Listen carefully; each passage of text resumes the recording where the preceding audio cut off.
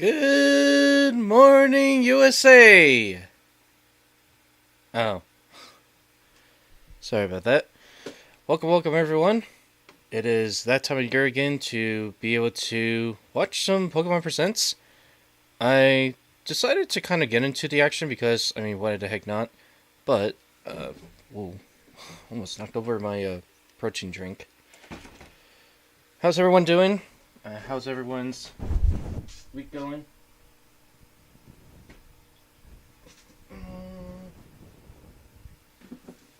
Just making some camera adjustments.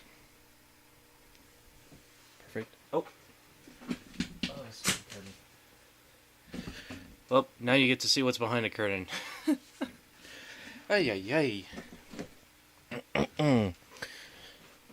So, how's everyone doing today? I hope that you all are having a good time and being able to enjoy the presents as much as I did. I do want to mention a little bit of history behind me in terms of Pokemon and all that stuff. I actually started with Pokemon Yellow back in 1998, 1999.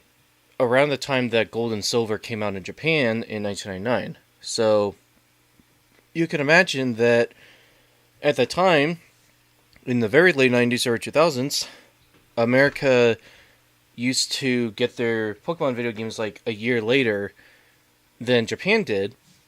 And so when it came to the movies, from the first movie to the third movie, we used to get them like a year later. Even though technically they came out a year prior in like 1998, 1999, and 2000. So technically in Japan, this would be Pokemon 3's the movie's 25th anniversary. But in the United States, Pokemon the movie 2000 turned 25 years old since it was released in our country.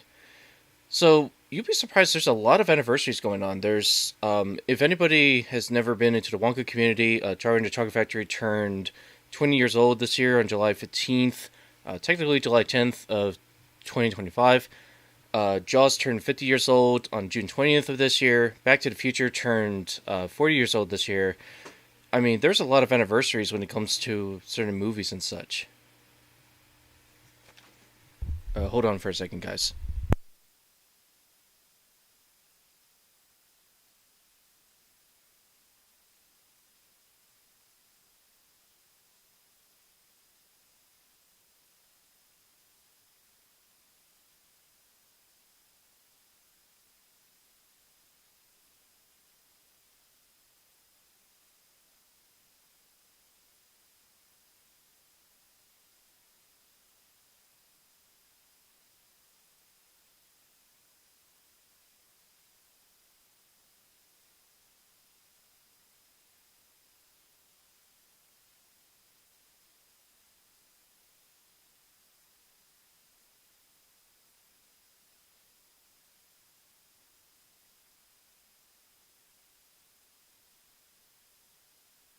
Okay, sorry about that.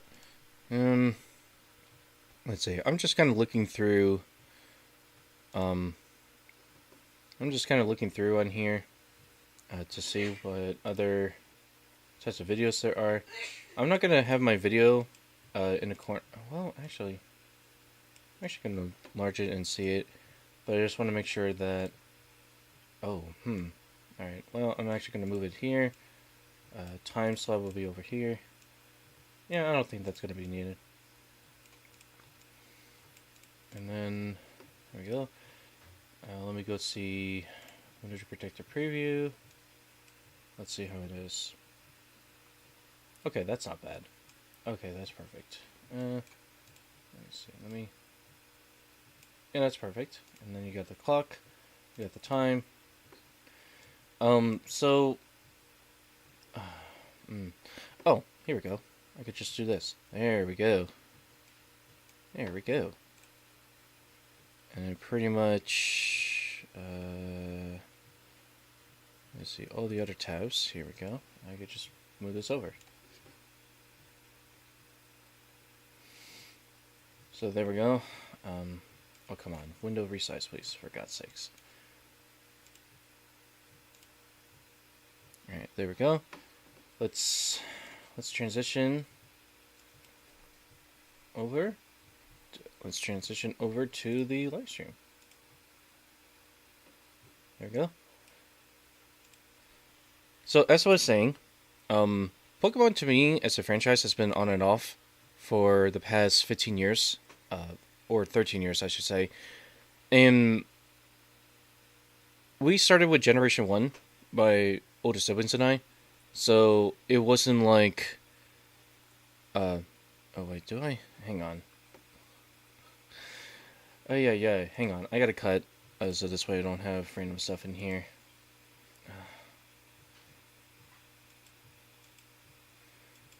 Say, okay.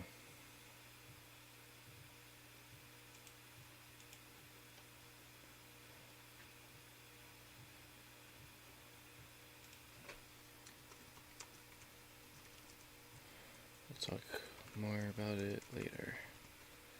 Sorry, I'm just sending Discord messages to somebody online. So, excuse my delay. I know that the background is just not appealing, but that's just, we're just gonna have to wing it from here. Okay, guys? So, maybe if I could. Oh yeah, my face is kind of bright. There we go. And then just turn this. There we go. And now we will fade back. There we go. I'm just curious to like what. Okay, I will pop out the chat just so I can see this. And then what I'm gonna do is I'm gonna lower every single quality down to 360p, so this way that it doesn't strain my resources. Okay, so as I was saying, I started with Pokemon Yellow back in 1999, but I mean the problem was is that I didn't really understand the whole concept of the Pokemon mainline series games. So it was more of, well, I tried it, but I didn't truly like it. And so I wasn't a big fan of the battling aspect when it came to the Pokémon Monsters series. I kind of looked at the game, I kind of played it when I was very young, and I realized I was like, what? Why am I having this Pokemon creature fight for me? Like, where did this came from? What did I do to this bird? What did I do to this creature? So you could just imagine, and then I give these 4 moves, I'm like, I've never played a role-playing game in my entire life, and I was just like, okay, well, what does this do? Oh, what does that do? So you could just imagine how much I never really played a mainline series in my entire life, because after Pokemon Yellow, I was like, I'm not going to play this. If the entire game is literally just going to go on an adventure, making a team, all that stuff, I just don't care for that stuff anymore. I just don't care. So you could easily tell that I was more of a Roller Coaster Tycoon, Spyro, RC Revenge type of person, or Namco Museum type of person, but I think with me it's just that, it's kind of interesting to see how far Pokemon has advanced ever since 1996 and 1998 in the United States. And I was kind of born at a good time when many of these 3D gaming series were starting to really take off in the United States. It was really starting to take off, and I mean, I might have missed maybe like the early mid part of 5th generation video game consoles, but I mean, for a long time I used to love PlayStation 1 and 64, then in the 6th generation to PlayStation 2 and GameCube, but I would say by the time the 7th generation came around, that's when I left Sony because of how ridiculous the PlayStation 3's price at that time in 2006 was. So I figured I would go with the Nintendo Wii. To the surprise of many, they were usually out of stock. And I remember just seeing taped paper sheets plastered into like electronic sections of Walmart, Target, Best Buy, etc., where they would mention to people, hey, look, we don't have any more Nintendo Wii consoles, don't ask us. That type of stuff. So you can imagine how much that must have been to many people that have been trying to get their hands on, a freaking Nintendo Wii at that time. So it just goes to show just how much Pokemon has changed. But reeling it back to the late 90s or 2000s, I was kind of more of a spin-off console type of person, like Pokemon Stadium 1, Pokemon Stadium 2, Hey You Pikachu being one of my top favorites. And then eventually there was Super Smash Bros. That I played on there. And I played Mario Party, I played the other ones. So the thing with me is that I usually tend to like video games that are kind of multiplayer racing. Or like Super Smash Bros., for example, those are the type of fighting games I wouldn't mind playing. But I was always more of like a party racing type of person, or like very retro gaming because of classic games from the Intellivision or Intellivision classic games for the PS1, and Namco Museum Volume 3 apparently, which I eventually got a fully complete Japanese version of all 6 volumes of the Namco Museum PlayStation 1 collection, which is very cool, and I got that about 4 years back. So there's that to consider.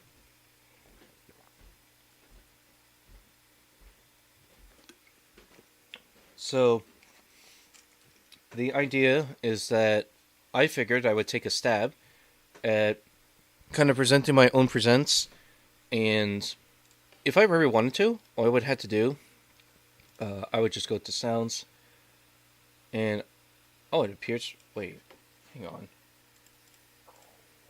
Oh, you're under display capture. Okay. Well, get ready for some behind the scenes stuff. So I'm gonna test this out. Okay, that's gonna peak on my sound settings. Let's try it again. Okay, there we go. And to test out a video, what I'm going to do is that I'm going to let me see. I'm going to find a browser, and I'm going to play HTV's audio source, just to kind of like get a good idea for how loud the volume is. So I do apologize, HTV, if I have to use your audio source, but it's a good way to know exactly how to get the volume right and going. So do be cautious though that my computer processing unit is like ridiculously high. So there you go. But yeah, so far I well, I don't want to make my volume too loud, because if I yell or scream, and if I get too excited over something, I don't want to end up like distorting the microphone volume. So I want to make sure it's going to sound quiet on your end, but that's just because I want to make sure that if I ever scream or do anything like that, I just don't want to make you sound like as if I'm distorting my microphone because of it. So anyway, I'm going to use the guy's audio source and kind of see how loud it is. So let's test it out. We won't get black and white remakes. Those won't come until 2028. Okay, that's fine. Let me see if there's another person left. Oh, I could use this one. Oh no. Let me try this one.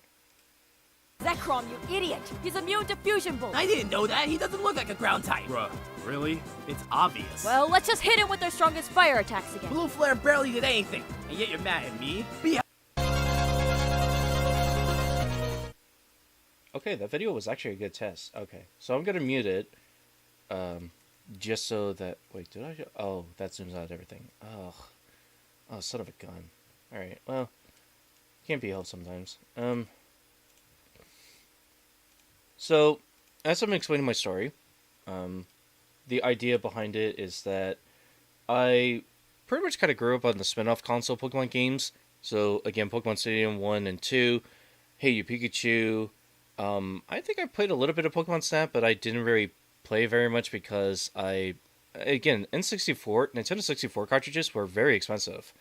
I mean, compared to PlayStation 5, which, I mean, I looked at a catalog from back in 1998 and 1999, and they were just... Nintendo 64 games was like over $70, $80, which, I mean, nowadays when we kind of look at $80, $90 games, like a lot of people just get all up in arms, but this was kind of normal back in the 1990s when, you know, cartridge games were just very expensive to maintain, to manufacture, to distribute. So you could just imagine how Nintendo, by the time it got to the N64, they had some fans, but it just goes to show for developers that it just wasn't the platform to go to for like very epic, very lengthy type of games. I mean, even RPGs, good luck trying to fit a role-playing game in a 64 megabyte cartridge, whereas a compact disc, which this is something I'm going to mention to people.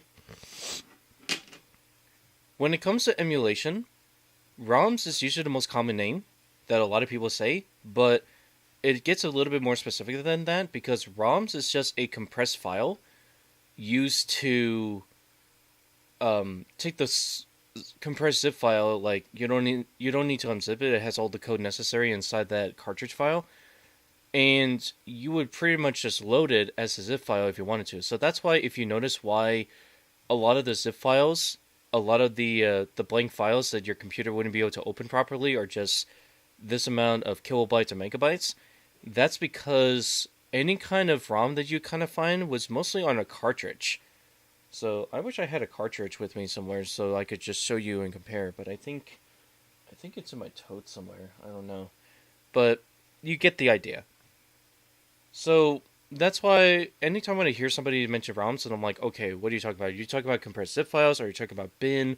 Are you talking about Q files? Are you talking about zip files, compressed zip files? Like what? Because for me personally, when it comes to ROMs, the first thing I think of is CD-ROMs, which are the compact disc equivalent of cartridge ROMs, so to speak. So that's why you could just imagine how much time that I spent on playing those CD-ROM games, to the point where I don't know what I'm saying anymore, but to simplify my explanation, anytime when I hear somebody mention ROMs, I always think of CD-ROMs because I was always playing PC Mondays through Thursdays. I couldn't play video games from Mondays through Thursdays, not even Friday mornings. I had to wait until Friday afternoons, or when I got home from school at 3 p.m. in Eastern Time, for me to play video games. Video games was always a weekend thing. It was never a weekday thing, because my parents wanted my older siblings and I to focus on school and education. So that's why I never was allowed to play video games during the week. However, and a lot of times if I actually woke up early like I did now, I could technically get away with it and play video games right then and there. So it just became more of a standard traditional rule that we would follow in order to focus on education rather than playing video games Monday through Thursdays. But that eventually changed by the time I got into high school in the early 2010s. Because you guys got to remember, I repeated third grade 2 times between 2003 and 2005. And the reason why my mom did that to me was because she didn't want me getting bullied. But I think also another reason why was because if you graduate as an autistic person at age 18, you pretty much wouldn't be able to get good disability services anymore. So that's why people between 18 to 21, you would just get the horrible DVBS that wouldn't really let you be able to get into the entertainment industry or video game industry. They would just tell you, oh, I would suggest doing ShopRite or grocery stores or baking, the usual average jobs that most of New Jersey would usually have. So you could imagine how frustrating it is that New Jersey doesn't have any kind of film studios, any kind of entertainment. I mean, they have a lot of news stations, but they're really far away from Part 70. Yeah, no, I'm mentioning the town I live in, but I mean, if you ever look at New Jersey, half of the towns in northern New Jersey are literally forest suburbs. They're literally there's just so much forest, and there's very little film places to be in. And apparently I looked it up in New Jersey, and they barely go towards northern New Jersey. It's either Atlantic City, it's either Jersey City, Seaside Heights, Newark, Trenton, what else? South Island Beach Park. It's always like the middle southern Jersey, like below Somerset County, near like Ocean counties, all that stuff. Yeah, there's like 23 counties in New Jersey, and fun fact, one of the things that we had to learn in school was learning all the 23 counties in New Jersey, and I think I was only able to remember maybe about 10 or 12 at best, because again, it was a lot of counties. Think about it, 23 counties to remember for New Jersey for a test 19 years ago. So you could just imagine that. But, I mean, 20 years ago, later in September was around the time that not only I went to public school for the first time, I also discovered the internet, which was September 20th, 2005. But I would say a week before that, around, I would say, Thursday and Friday, we kind of did like Google Earth. And it was like the 2005 version. And the fun thing was you get to like pick a destination and you get to see this car animation like actually follow the trail that you would pick from, like, how do you get from your house to Norwood Elementary School. And mine was just like very short. It's like technically you could go through the walkway to do that, but they were mentioning it's like, oh, how would you get there via vehicle? So to say. So I know I don't have any music on, and I know it sounds a little bit quiet, but I just wanted to make this sound like a recording studio. That's why I had the XLR microphone. That's why I had the video camera up there.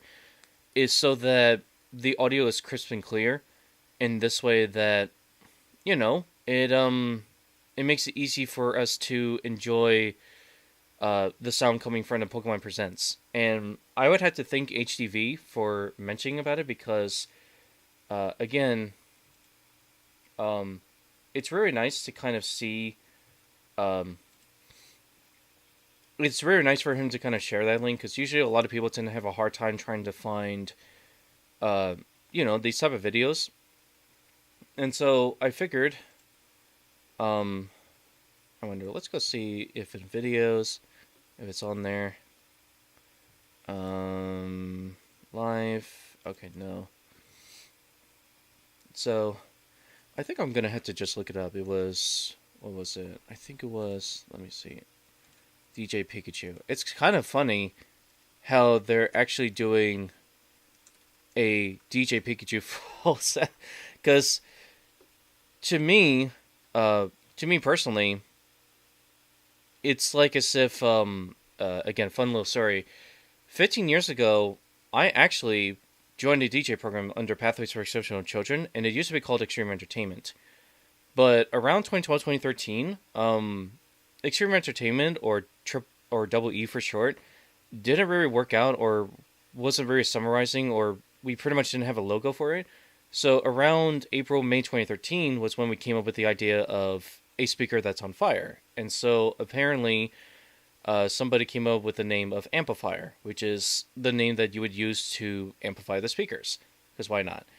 So that's what they were going for. That's what the idea for the name was. Oh yeah, I'm definitely going to be blocking chat, unfortunately. Oh, no, wait, I could actually zoom out. Okay, so I'm going to actually zoom out and see if that works. Gosh darn it. That's just... Well, I mean, you know what, well, I guess it's not going to be that bad, because, I'm going to be blocking, like, maybe a little bit of the chat, but I don't want you guys to, like, see what I'm typing down there anyway. So, okay, let me get rid of that one. Alright, and then cut. There we go.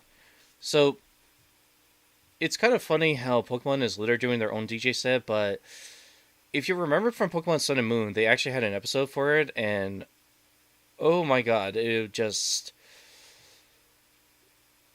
I could still remember that episode very fondly in a bad light. Holy crow, some of the Alone and Doug trio cannot sing for the life of them. They were definitely not Beyonce or Usher or Tayo Cruz or who else is that? Olivia Rodrigo, Nicki Minaj, Ariana Grande. They're definitely not Ariana Grande, Cardi B type of thing. Oh my god, they cannot sing.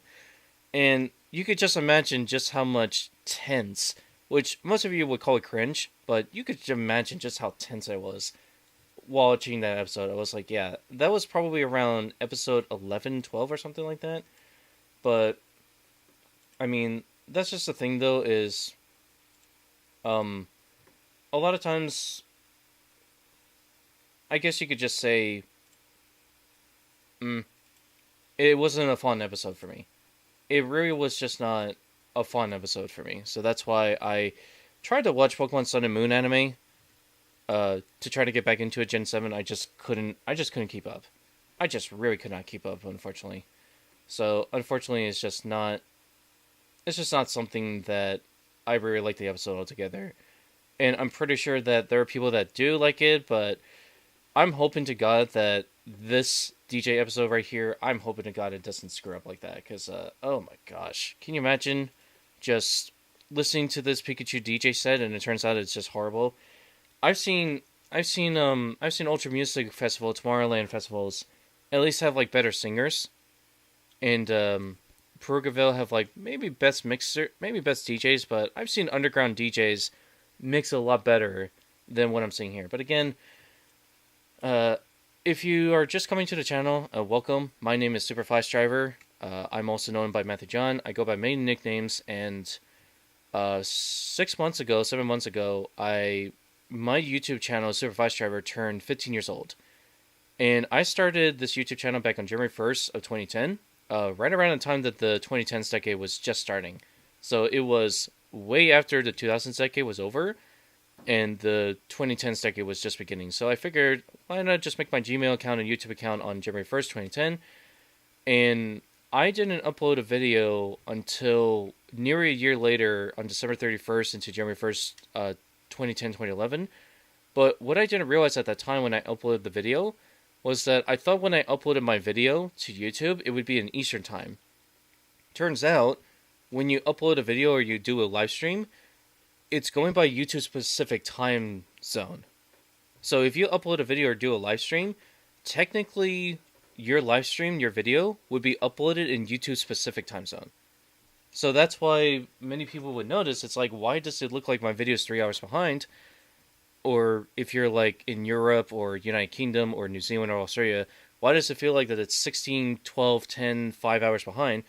That's because YouTube is in Pacific time.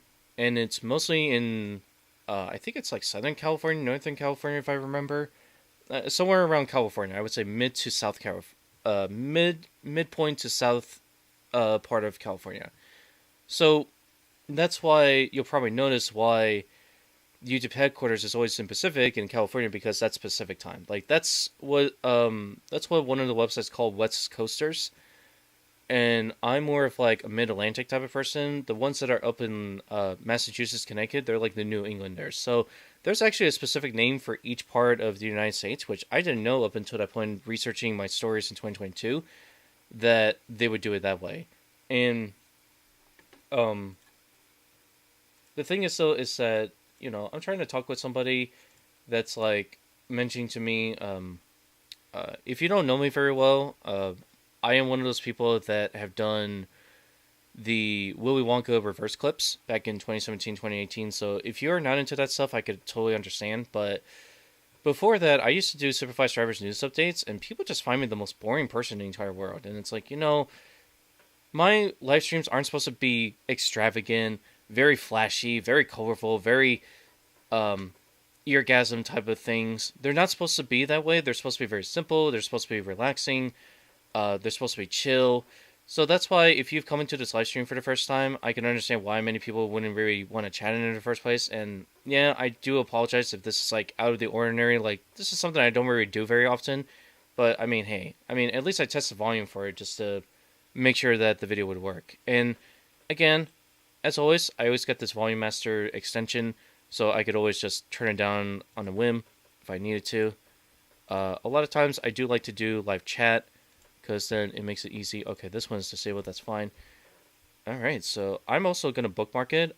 This is something that I would recommend people doing, because I guarantee you, if this video ever gets taken down, or if you ever need to download the video again, I highly recommend bookmarking stuff. I've bookmarked my stuff since 2008 with Google Chrome, or actually Internet Explorer, and I actually kind of learned bookmarks through like looking up information about Internet Explorer. Yeah, Internet Explorer 6. That is an old browser from 20 years ago. Oh, I feel a little bit old.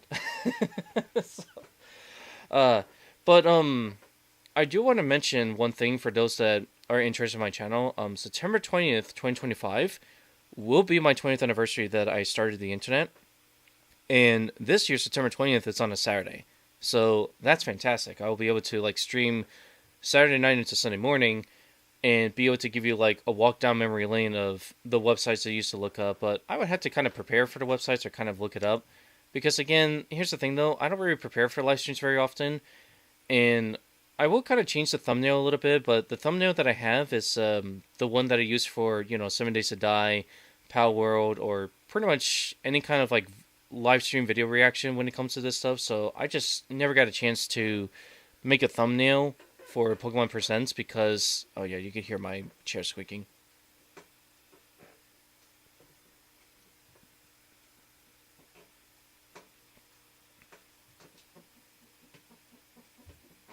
Oh yeah, you could hear it a little bit, but anyway.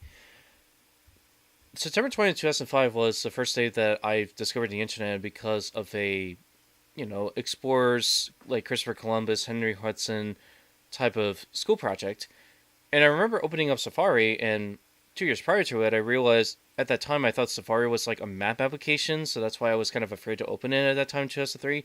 But when I opened it in 2005, yes, I've used Mac and PC for 25 years, for almost like 20 years, surprise, surprise.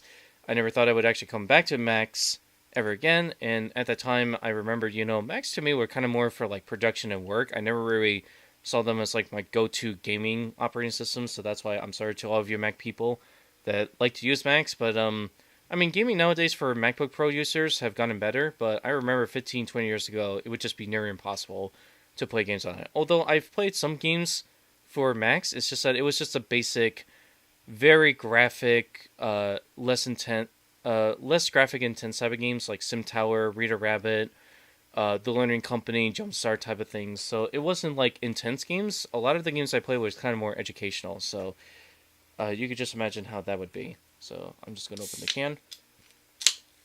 There we go.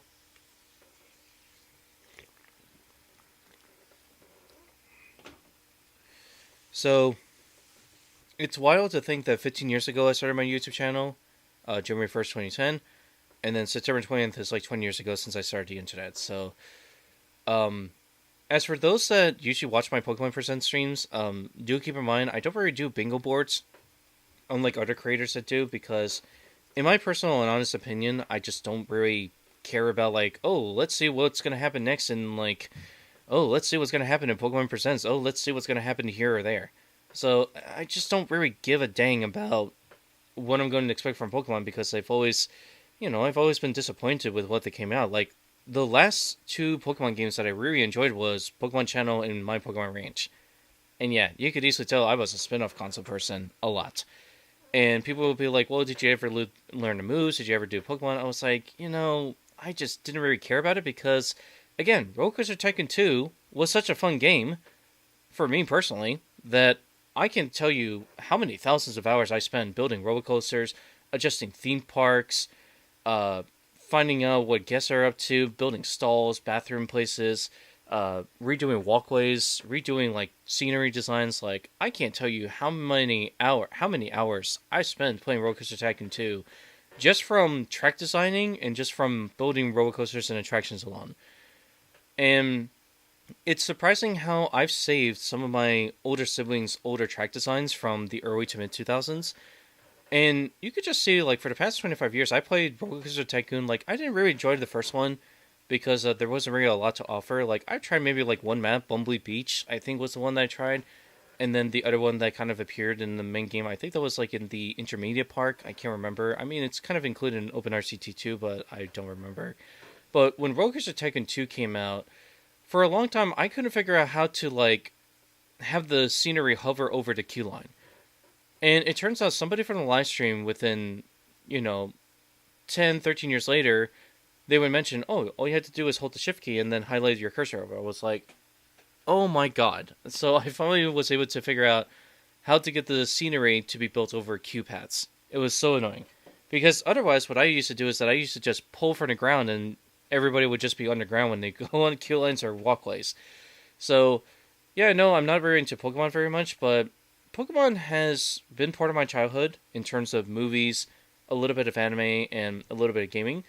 But around the time that Gen 3 was just getting its start, there was a horror series that I truly loved. It was the Saw franchise from 2004, and that film series turned 20 years old back in 2004. But technically, they're like, no, 2003 was technically the starting point for it. But I'm like, well, that's just because the short film came out in 2003, but the full-length first Saw movie didn't come out until a year later. So it's kind of interesting to see just how many franchises are like turning 20, 30, 40, 50 years old this year.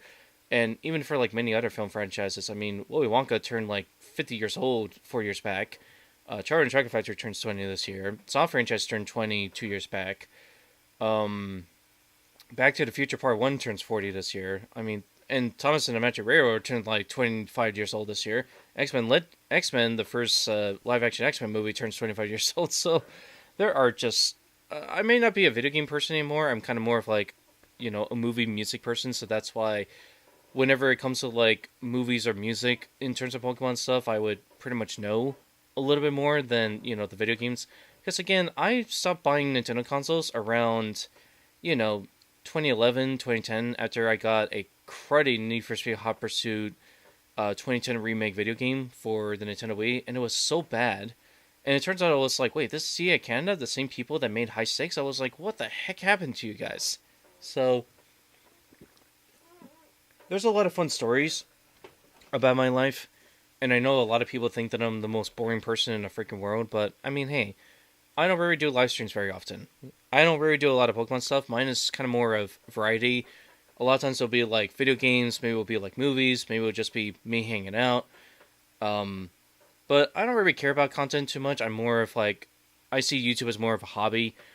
I don't really see myself as a person that does a lot of exciting stuff. Because in my opinion, I like to keep things simple. I like to keep things, you know, vanilla sometimes. I don't like to go too extravagant. I don't like to go, you know, too violent, too crazy, all that stuff. I don't know. I'm just very simple. I like simple stuff for some things. I don't like to go too crazy. I don't know. It's just like I don't like to deviate from the formula too much because I just don't think it's going to work out. I just think it's a little bit more crazier. And again, I was kind of a person that was pretty controlling some of the time as a child. And I just didn't really like doing crazy stuff. You could see why I didn't have a lot of friends 20 years ago. You could see why. But anyway, the DJ Pikachu said it's going to be starting in 5 minutes. But we're going to have... Oh, wait, this is going to start in 6 minutes? What? Oh. Okay, well... this is going to be awkward. Alright, so to just be careful... I'm going to mute that one. And I'm going to go over here. But let's see... I just want to see on the homepage how that's going. Okay, a lot of people... Okay, Adam, I'm gonna have to watch your video later. Yeah, my homepage pretty much doesn't have a lot of Pokemon stuff. That's very, very interesting. Let's go see. For God's sakes.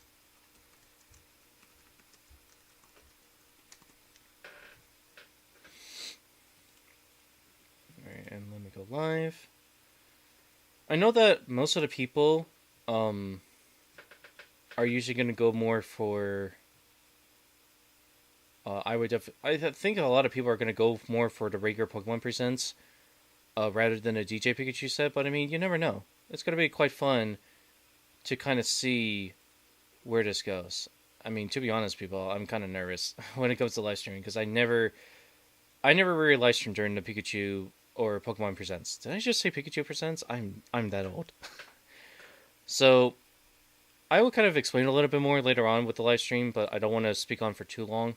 Because, you know, a lot of times I just don't want to speak very much. It happens. I don't want to be that type of person that's like, yeah, I'm going to be speaking a lot, I'm going to be doing this, I'm going to be doing that. Wow, that's pretty much it? Nobody wants a live stream?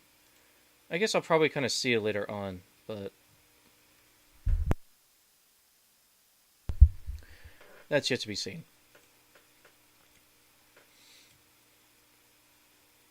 Now, let's see. Yeah, so I think the Japanese stream had...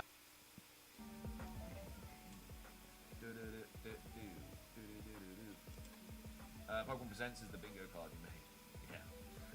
Urban Legend, how you doing? Welcome to the stream. So I think there's going to be any Easter eggs in the... I hope there is. Yeah, I think they need to release these Pikachu. Yeah, with the DJ glasses and stuff. Mega unknown. Okay, I don't really care too much about merchandise in Pokemon. I know my sister likes to buy trading cards. Likes to collect Pokemon cards a lot. But even she wouldn't pretty much know how to play the game. I think my two older brothers at one point played Yu-Gi-Oh cards. But I just never really found it interesting. Because, again, the only type of playing cards that I personally don't mind is solitaire cards. Yeah. You could imagine. yeah, again, you could see why I didn't have a lot of friends. But anyway, in this time, people, I cannot wait to see how this goes. I cannot wait.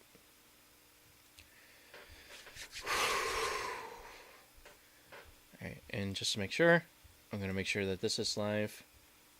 I'm going to make sure that this is out here. And I'm just going to keep it the way it is because the nice thing about it is that I could always edit the video. I could always edit this at any point.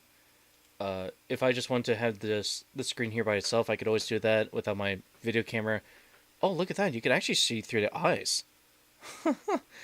Oh, man. If you look hard enough, people, you could actually see the eyes inside of the glasses. I mean, I'm kind of wearing glasses up here, too, but it kind of reflects... it kind of reflects the camera in the screen. Anyway, let's get started. Should be nice and loud. I'm going to lower my own thing. So this way it's not so loud. I'm going to raise it just a tiny bit. Alright. Here we go, guys. Finally, let's see what the DJ Pikachu set has to offer.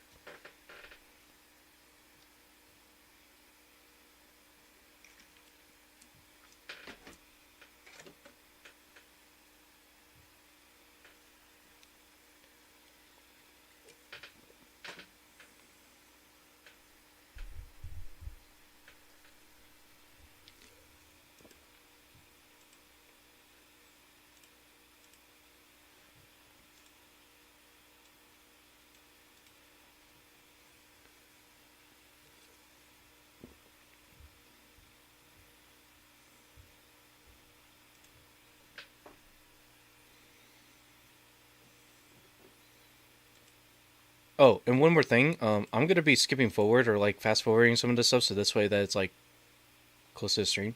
Okay, there we go. Oh. Oh, of course. Alright, let me fast forward this. So this way we can get started. It's probably a good thing that I muted the subtitle. Okay, I'm going to turn this off. There's no point in that. Okay. Let me put this to normal. You thought that you were gonna go right into the countdown? Well, screw you.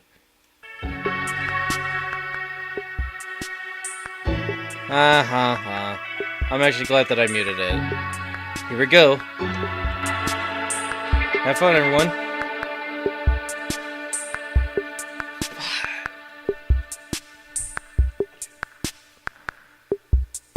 Begin. Oh.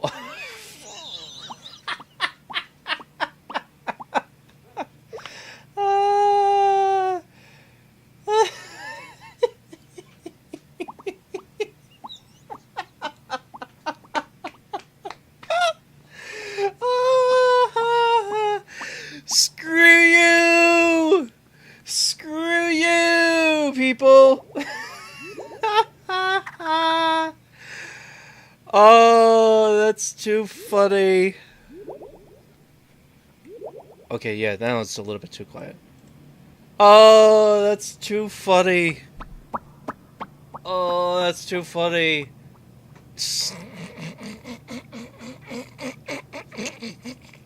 Screw you, people. You're gonna have to wait another hour.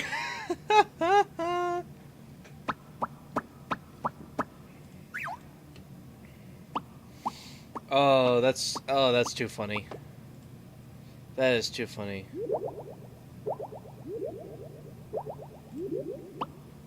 Is the video quality? Let's see, yeah, 720. Yeah, 720, that's fine. Oh, that's too funny. It's like, oh yes, you were expecting a DJ livestream. Well, screw you! Okay, now I'm just starting. Yeah, but screw you, people. You're getting another countdown. I'm actually glad that I actually muted the stream because it would have been ridiculously loud in people's headphones. But yeah, screw you. I'm gonna like speed up the playback a little bit. I'm gonna speed it up a little bit just to see. Da da da da doos, da da da da da. Da-da-da-da-dee, da-da-da. Okay. Oh. Oh. Go back. Don't slow down. Alright, I'm gonna leave it that way.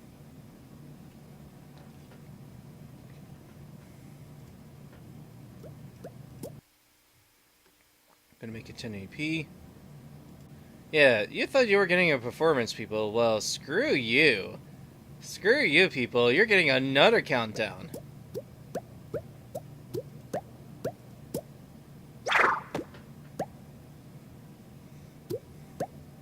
Oh?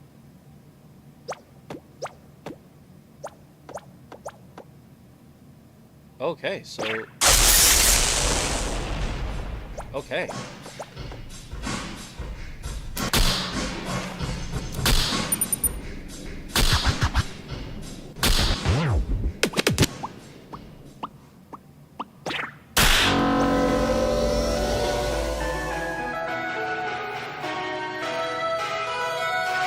Alright, enjoy.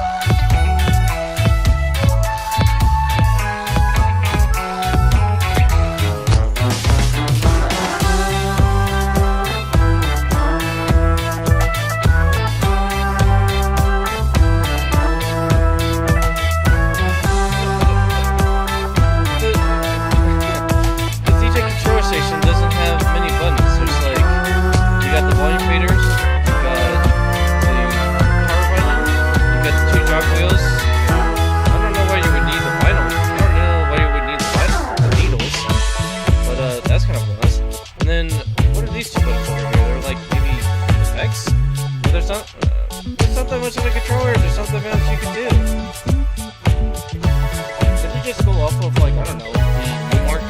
Did it just go base it off of, like, the Newmark DJ controllers? Like, oh my gosh. Like, come on, wow. I mean, if anyone has ever seen my DJ live streams, they would know that I have a massive DDJ SC controller. And that's, like, maybe 50 buttons at this. This is, like, I don't know, the Newmark portable ones. Yeah, look at that. It's like, you have these little analog sticks here, or decks, and then you got your pitch, you got your pitch and your tempo sliders, and that's pretty much it. Yeah, this is pretty much like the vinyl equivalent to the Newmark DJ. I mean, look at it. Even the jog wheels look very similar to a Newmark, if you ever look it up.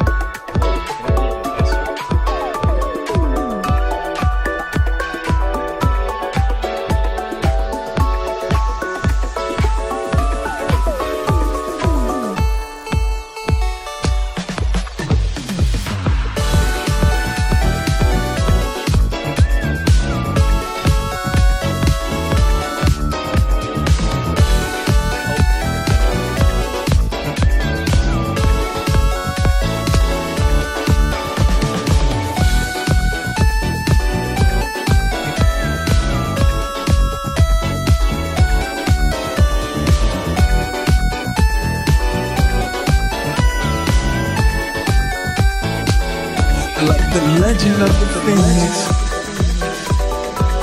all ends with beginnings. What keeps the planet spinning? Forcing of beginning. We are. She's up all night to the sun. I'm up all night to get some. She's up all night for the fun. I'm up all night to get lucky. We're up all night to the sun. We're up all night to get some. We're up all night for the fun. We're up all night to get lucky. We're up all night to get lucky. We're up all night to get lucky. We're up all night to get lucky. We're up all night to get lucky. It's perfect. We're up all night to get lucky. We're up all night to get lucky. We're up all night to get lucky. All night to get lucky. We're up all night to get lucky. We're up all night to get lucky. We're up all night to get lucky.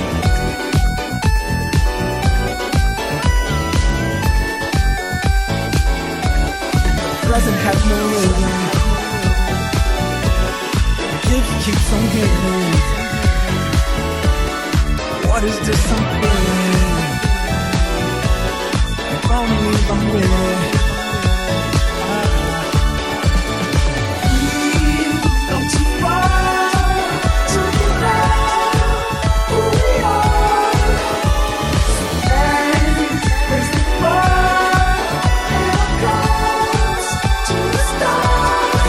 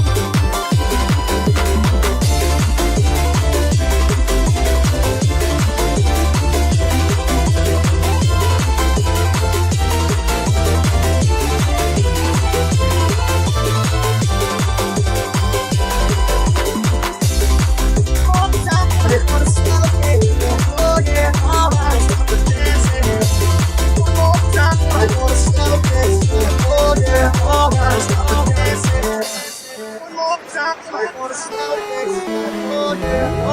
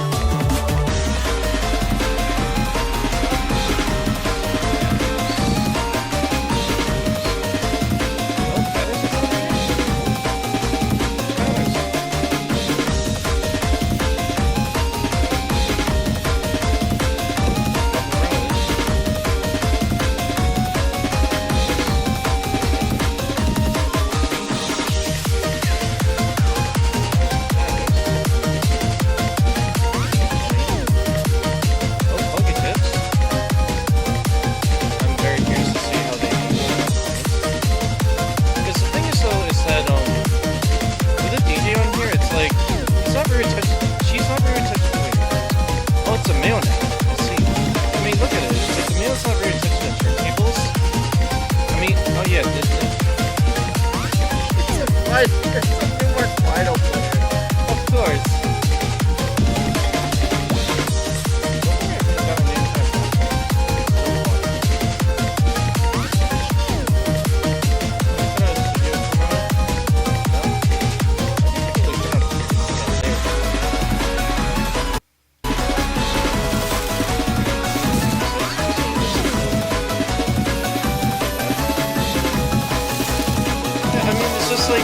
This is just the final unit that's on there. And oh, I see. So the blue one is the male one. Oh. Oh, it's raining.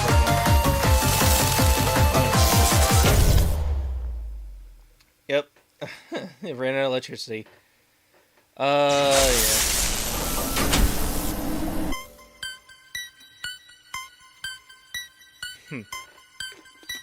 Nice. Come with me and come little children, follow Hypno back to his lane. Away from here now, tell me wrong, and you'll find out you're home. Oh, now we're going to Billie Eilish territory.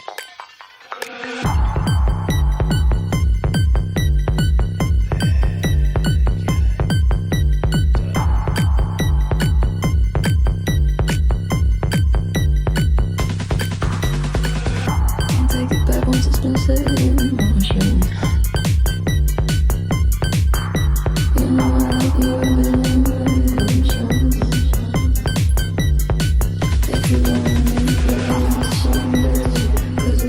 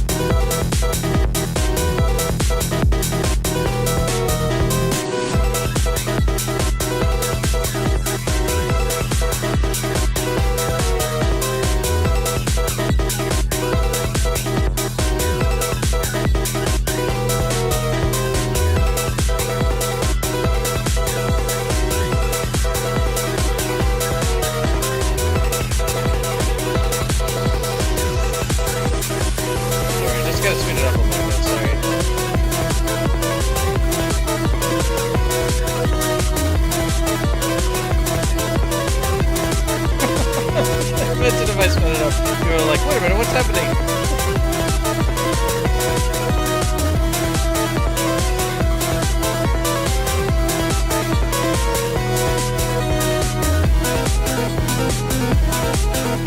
You like that one, Pikachu?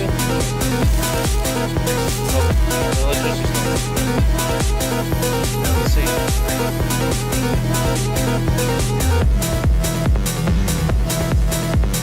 Yeah, this reminds me way too much of Armin van Buuren, techno, trance type of music. This reminds me way too much of it. Reminds me way too much of it.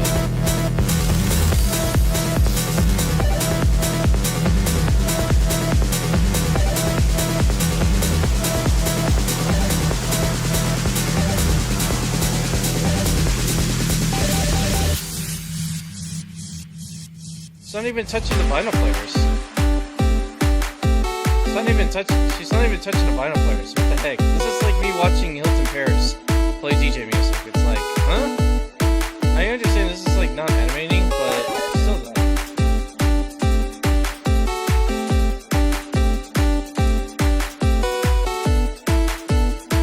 People were like, dang, I didn't expect Pikachu to be this DJ. I was like, well, I mean, that's what's gonna happen.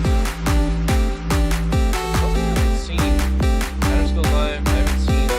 I've seen other people go live, but I don't think I see other people. That's the one I see on. I mean, let's play Odysee Raptor. So the reason why I'm like opening up so many of these games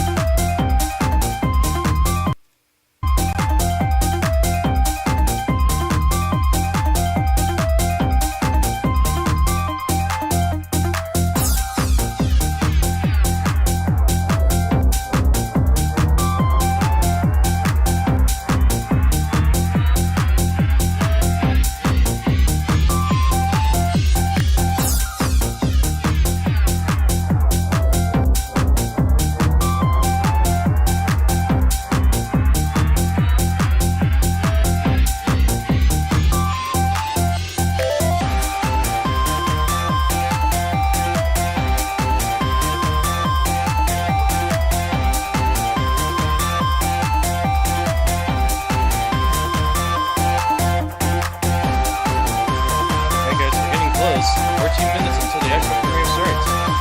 It'll be quite exciting.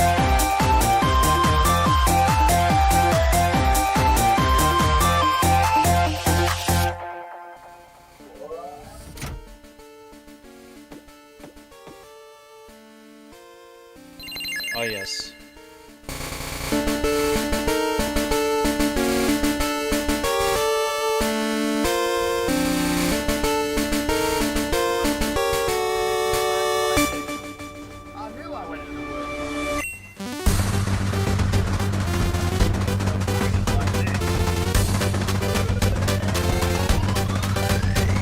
Sorry, I'm just speeding it up a little bit.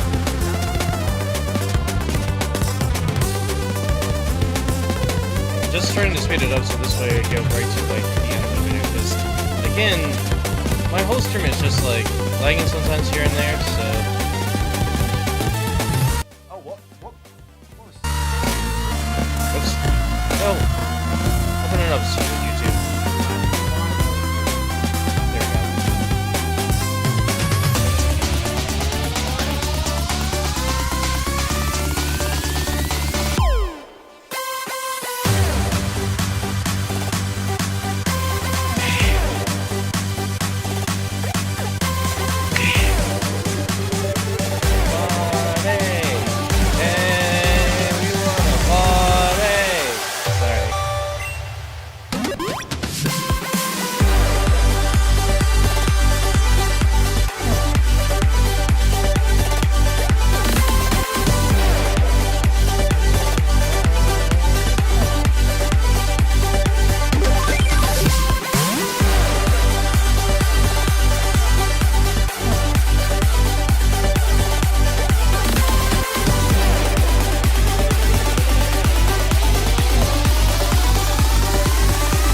I'm sexy, I know it, I know it, I know it.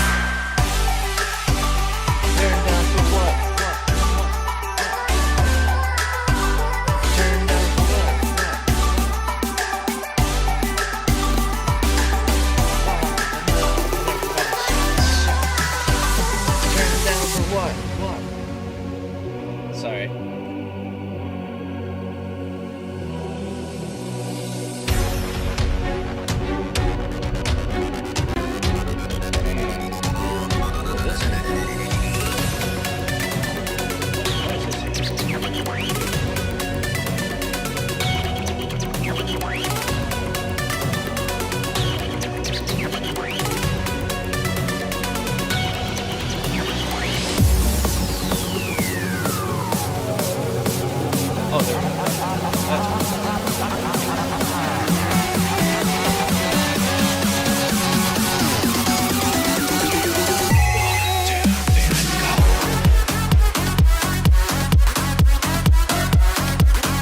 I could just... This is basically Ultra Music Festival. It literally is. Again, I wish that a Pokemon Music Festival would actually exist. Because this would... I guarantee you this would be so loud. I guarantee you I would watch a Pokemon Music Festival like this, but it's like... It's like a DJ festival. And it's like all the DJs would literally take all the Pokemon music and be like, yeah, let's make a Ultra Music Festival Tomorrowland out of it.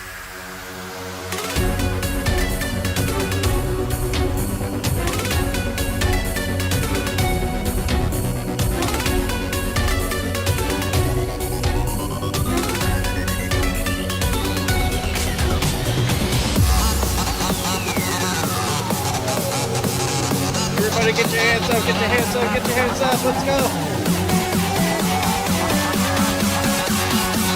1, 2, everybody freaking jump!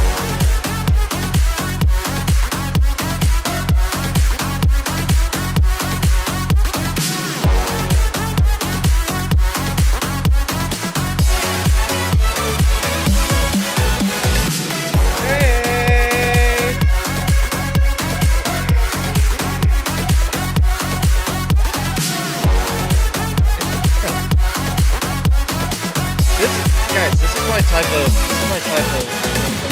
DJ music. It's fantastic. I love how they did this here.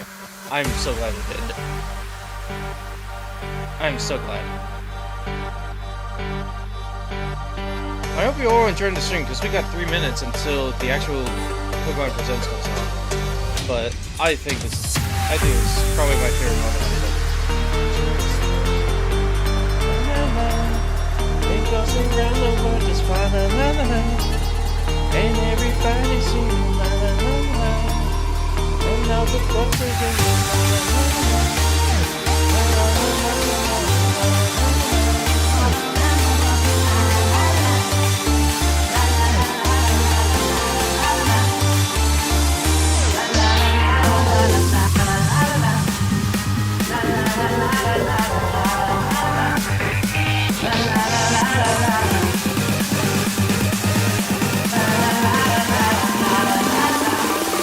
La la la la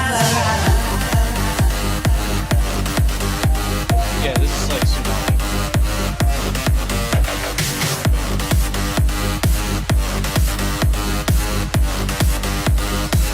I'm not another word. La la la la.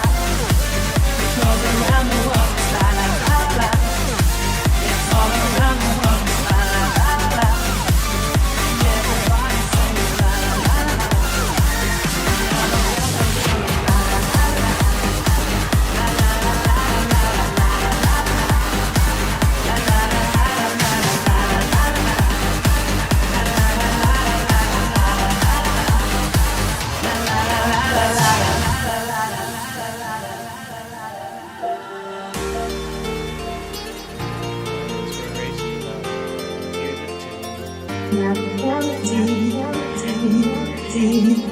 You bring the keys, la la la la. The music is the key, now the light is on. Still it goes on and on, inside of me. I want to set it free, I don't know what to do. Oh yeah, by the way, happy 25th anniversary to Crystal Glasses, like, Oh, not another one.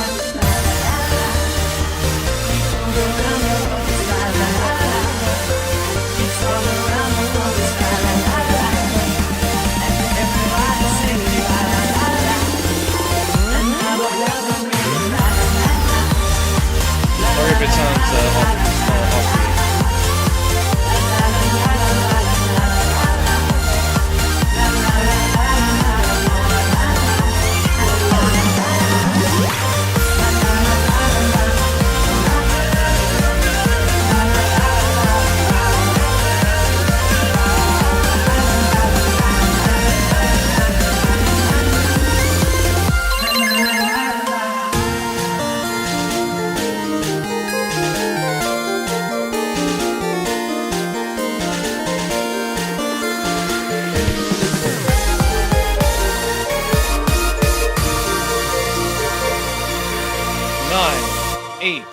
7, 6, 5, 4, 3, 2, 1.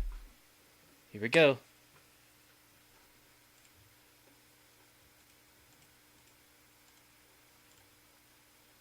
Oh, that was fun. All right.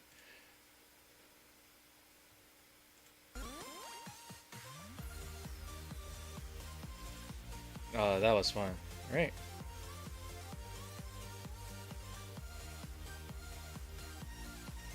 All right, now let's get over to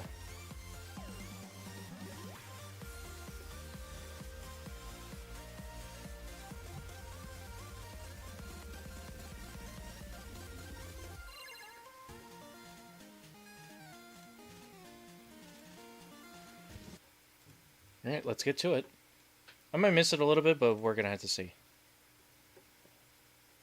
Thousands of trainers from around the world who will battle across the Pokemon Scarlet and Pokemon Violet video games, the Pokemon trading card game, Pokemon Go, and Pokemon Unite.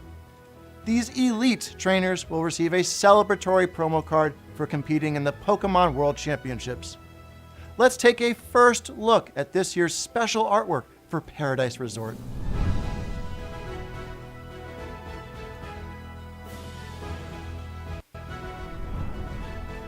Sorry, I had to like go back a little bit. I'm so sorry. Oh, it starts out the same way. Okay. Well, interesting. Hi Pokemon trainers, I'm Krine. Okay, sorry. Alongside our competitors, we expect more than 20,000 Pokemon fans to come celebrate together and enjoy tons of new activities.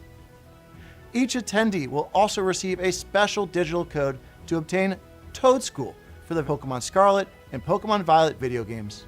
Nice.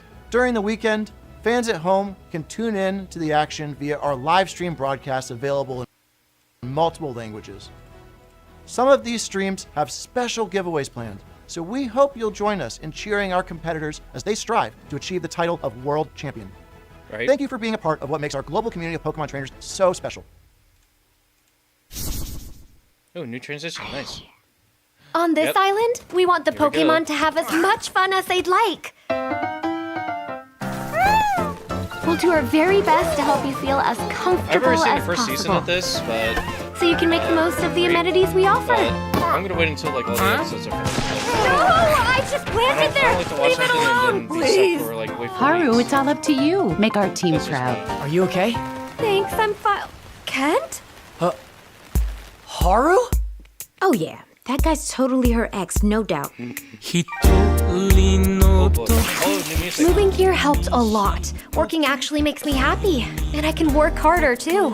I think a lot of people are very excited for this. Come back here! Sorry Celio is causing you so much trouble. I know it's a lot. How long have you and I mean, we Celia did see known each Wailord other, in, like, the Dan? final episode from For episode about 4. 15 years now. Looking back, it gave me such good memories and so much happiness. I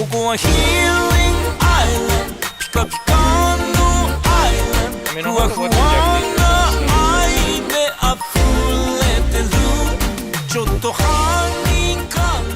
As long as you never give up, you can overcome any obstacle. And our friends always remind us that we're never alone. I gotta, like...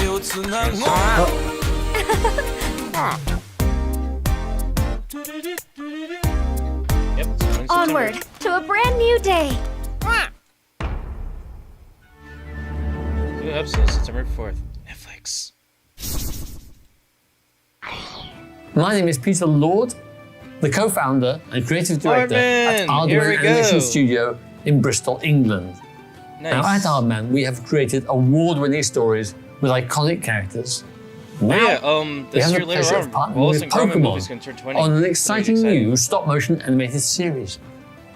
We'll be putting some very special Pokemon front and center as the heroes of our show, and it will be set in a region which is very close to our hearts. It will give a unique look at the Pokemon world told from the perspective of Pokemon, with a signature Aardman sense of character and comedy and craft. I know you'll love it as much as we do. We could not be more excited to share this sneak peek with the world. So Let's have a look. Oh, my computer.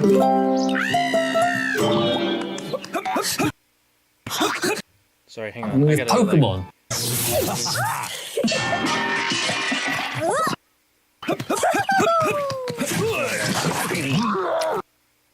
Trying to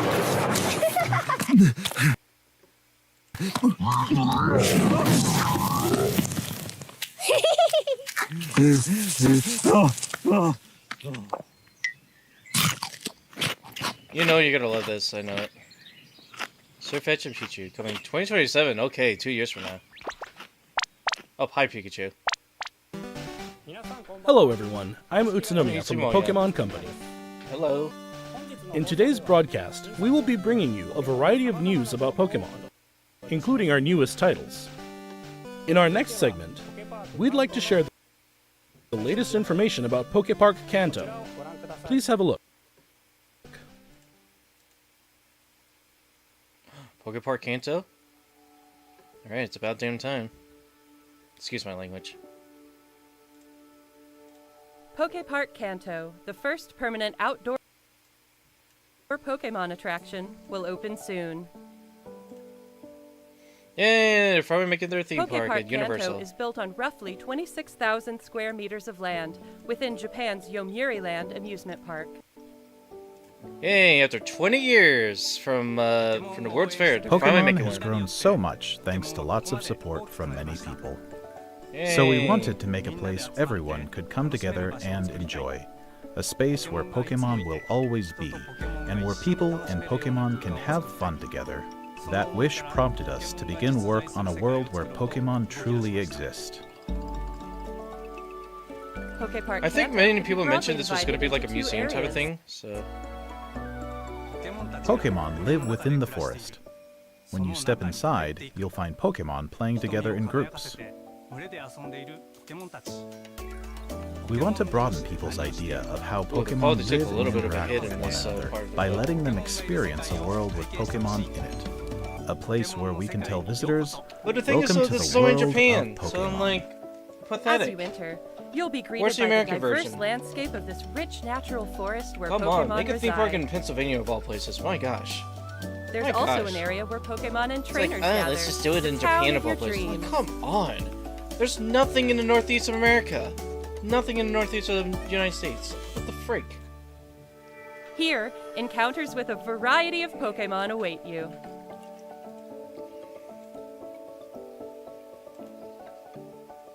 I'm gonna skip forward this. Okay, now it's caught up. Japan one is like really far ahead, apparently. I don't know why the Japanese version of Pokemon Presents is long farther ahead, but that's just me. Alright, 2026. Next, we have a number of other announcements to share with you.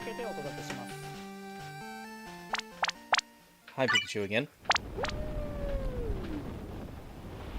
Yay, let's go skydiving, because why not? Oh, this song was made by Professional Simulated Game Footage, of course. Hey, Eternatus. Or Eternatus, I think as people call it. Pokemon Go Fest 2025 Max Finale is coming soon. Yeah, I Max had a feeling it Pokemon was will be gonna be appearing like- one it was after gonna be another. like a mobile Eternatus will be game appearing stuff. for I'm the not first surprised. time globally. We also have a I'm promo not code to surprised. share that will give you a chance to catch a powerful Gigantamax I'm not surprised. Pokemon.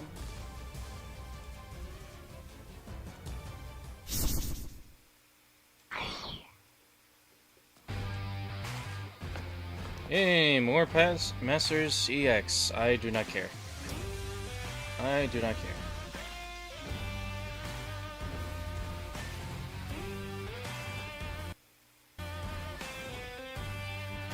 Hey, more Cafe remix in the Japanese version. Oh boy. Finish him off. Yay! Teach him a lesson with our new power. Pokemon Masters EX. Or Master Sex. Yeah, more Pokemon Cafe. Now they're on a pirate ship.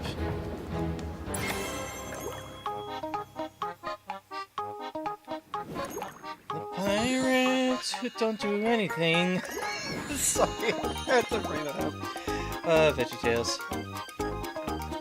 Oh yes, great, more Unite. And now all the legendary Gen 2 dogs and cats are coming by. Hey. Light Gunster. Trapinch. Snorlax. Oh, I'm sorry, that's Sleep. I'm sorry. I thought it was Unite for a second. I'm sorry. Yay! Don't you want to play a game where you just sleep? Pokemon Unite's 4th anniversary. Oh yes, Latias and Latias. I mean, again, you gotta remember, guys, that I never watch any kind of sports. I never look at any of the information, so I basically all I just told YouTube is just don't show me the videos until this happens. Because again, I don't really care about this stuff. Excuse me while I open another can.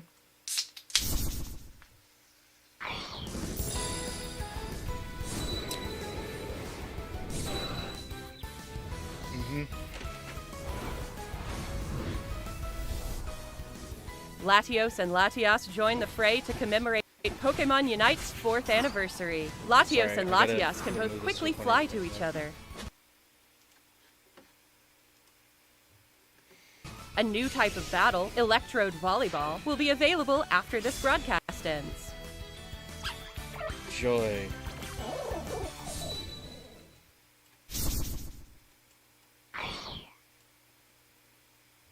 Oh yeah, the trading card game pocket. Yep. Yay.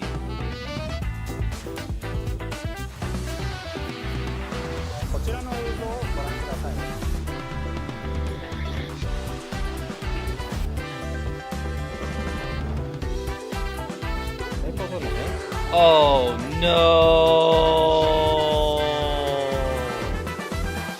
Oh no! I don't think you guys are gonna like the new announcement. Oh no, you're not gonna like this one. Next, please take a look at this video. Oh, you're not gonna like this one, guys. I'm sorry. This is gonna be weird. This is like those puzzle games you've done with the Brain Age. Just one line? If you've done Brain Age, this is pretty much like very similar. Although Brain Age is definitely a fantastic DS game. I would highly recommend it if you ever play it. I played the demo of it years back. I never got the full game though. But eh. What is serial numbers? Okay, I could just close this out. End this task.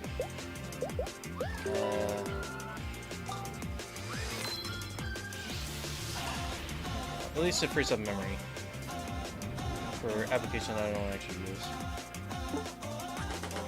Hey guys, don't you want to play Brain Age version of Pokemon? Here you go. Have fun. This is why I left this series. I'm so sorry, this is why I left this series. This is the reason why.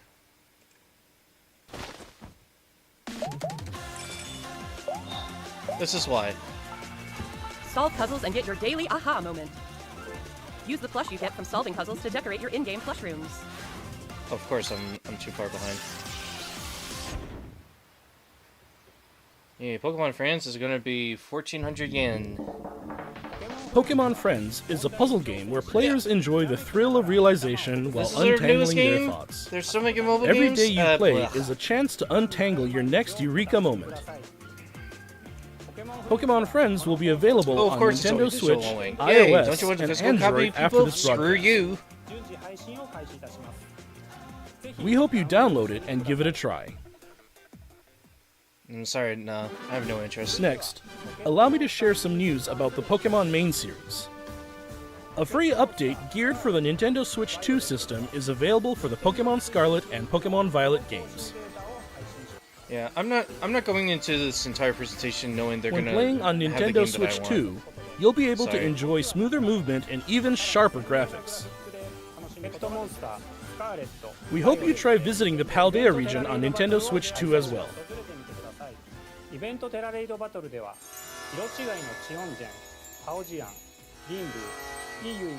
Oh yes, the 4 Pokemon that are like supposed to be mythical. A new Terra Raid battle event series will kick off in Pokemon Scarlet and Pokemon Violet tomorrow. These Terra Raid battle events will feature Shiny Wo-Chien, Shiny Qianpao, Shiny Tinglu, and Shiny Chi-Yu. But just winning the Terra Raid battles won't be enough to get these 4 Pokemon. You'll be able to add each one to your team only after it's been defeated 1 million times. Everyone will have to work together to attain the treasures of ruin. Pokemon Mass Outbreak events will also be occurring at the same time. What's this new part? Oh, yep. And that's not all. We're also giving away a tracksuit apparel, so we hope you continue to enjoy adventuring in the Paldea region. Oh, you're gonna like what you're gonna see next. Next, allow me to share some information about Pokemon Champions.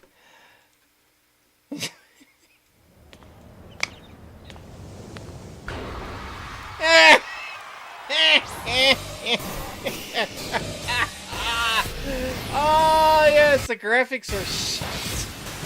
Oh, you got screwed, Pokemon people. Champions. Oh, yeah. I mean, don't In get me this wrong, a title, lot of people are you going to can like enjoy this, the but battles you man, know the and love graphics are from the Pokemon complete series on your dog Nintendo water. Switch or I'm mobile so device. sorry. I'm so sorry. You can This is invite why your you always got previous to be Pokemon careful about partners first to join race, the because action they by may look linking with impressive, Pokemon but they Home. look like... Or you can find new partners to battle this is what alongside people you were right so away worried about. from And within I was like, Pokemon don't be surprised if it looks like crap. And here you go. You can recruit Pokemon to your team to battle I'm gonna have to alongside increase you. the volume. It's up to you which Pokemon to choose. Sorry, people. Recruit Pokemon you're interested in and form a There you team. go. Then There you it's go, you're finally welcome. time for Maybe loud on Pokemon your battles. aggression, so just lower it however you like. Hey, I can't believe it looks like dog water. You can enjoy ranked battles that let you face off against trainers from around the world, as well as private battles where you can take on family and friends with greater Okay, yeah, immersion than it's ever like the before. Of course. I wish that they would have a male voiceover narration Take on for this thrilling English matches in version single because, battles that and would be double nice. battles. Finally, we'd like to introduce you to a new way to raise Pokemon that lets you enjoy battles even more. Pokemon Champions offers ways to make raising your Pokemon more flexible and Well, convenient it than turns out ever. people is coming next year. Hope you like Teach your waiting for the Pokemon 30th moves that anniversary. interest you. Then train your Pokemon to make the most of them. Recruit and train to easily enjoy Pokemon battling. Bringing Pokemon battles to everyone. Pokemon Champions. Planned to release in 2026.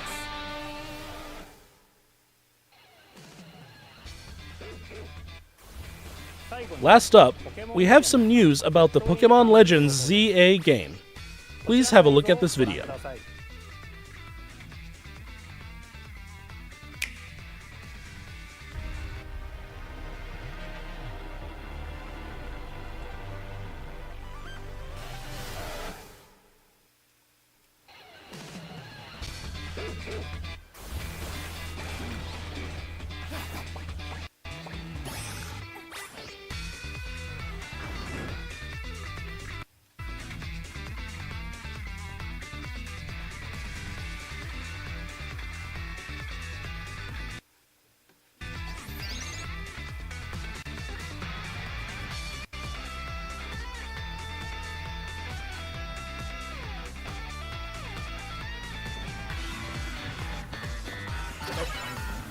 Oh, I just forgot.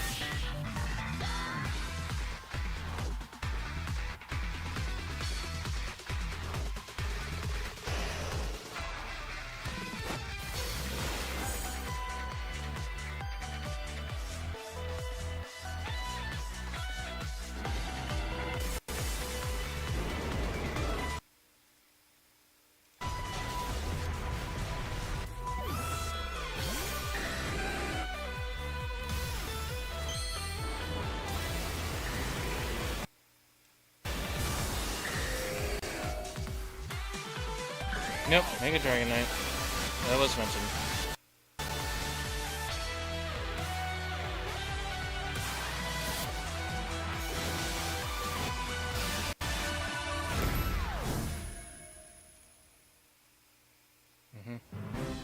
Pokemon Legends ZA. We'd like to introduce this game's new story, which takes place in a city striving to be somewhere that belongs to both people and Pokemon.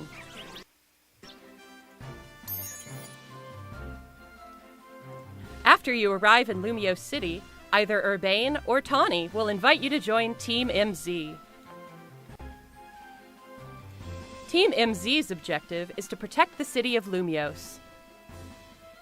Let's get to know Team MZ Again, a little I do better. apologize for the stuttering, but you gotta remember There's I'm doing this on my Naveen, gaming a laptop, fashion and even designer this in the gaming laptop making. is mid. So And I do there's Lita, apologize for who that. aspires to become a professional dancer. Hopefully in the near future. As part of Team MZ, you'll spend your I could do days it on in a browser Lumiose that City with doesn't this eat crew. up so many resources. But again, because I have so many tabs on Brave browser that I'm hoping to get through. Lumiose this. And I City still looks haven't gotten different through, by like, the day February and by one this year. night. I still haven't got there. During Hey, the day, enemy you can teams. explore the city and find lots of Pokemon to add to your party. Sorry, I'm just watching the Japanese version and the English version at the same time. Then, by night, you can compete in the ZA Royale with the Pokemon you've raised, aiming to climb the ranks. As you advance in the ZA Royale, battles against powerful trainers await. One of those trainers, Corbeau, is the boss of the Rust Syndicate, Can't get rid an of the jacket, I organization see. operating in Lumiose That's City. unfortunate. It seems like he has some kind of business with the members of Team MZ. Yeah, you could change Furfurl's outfit. Nice. And yes, photo mode, of course. Lumiose City offers plenty of ways to have fun aside from Pokemon battling, too. Trainers can change their hairstyle, looks, and outfit to appear however they would like as they stroll around the city. If you've teamed up with a Furfru, a Pokemon with distinctive long fur, you can even have it trimmed into fashionable styles. You can also take photos at interesting spots, or relax and hang out with your Pokemon if you like.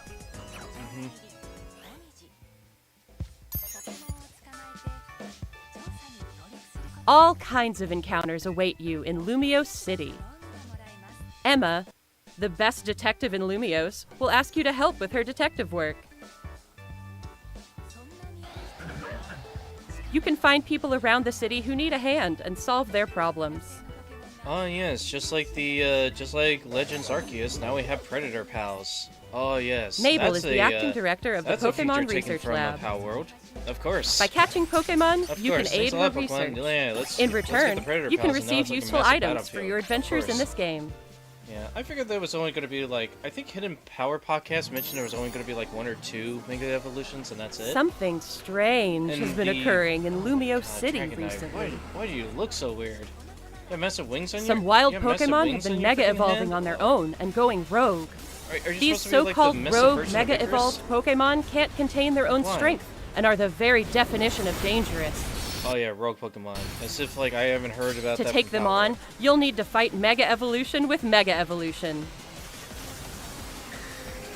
Yeah, the Japanese live stream started much earlier One than the newly American discovered Mega US Evolved live stream. Pokemon, Mega Dragonite, has distinctive Dragonair-like features, like wings on its head and Yeah, a pearl I on mean, we its figured tail. It was going to be October 16, While tackling 2025. rogue Yeah, I Mega figured. Evolved Pokemon, you'll Yep, want an ally for from Nintendo Team Switch 1 MZ at and your 2. side, Yep. plus strong bonds Cool. with your Pokemon. So that means people, you pretty much only have like 3 months left. Yeah, August, September. This city October. holds Yeah, many pretty much stories. about 2 months and 3 weeks left. So let's see. Today is July 22nd. Different wishes So, let's see. intertwine, October seeking 10th is on a Friday. for people Nice. and Pokemon to coexist. Pokemon Legends ZA, coming Thursday, October 16, 2025. Wait, what? Wait, hang on.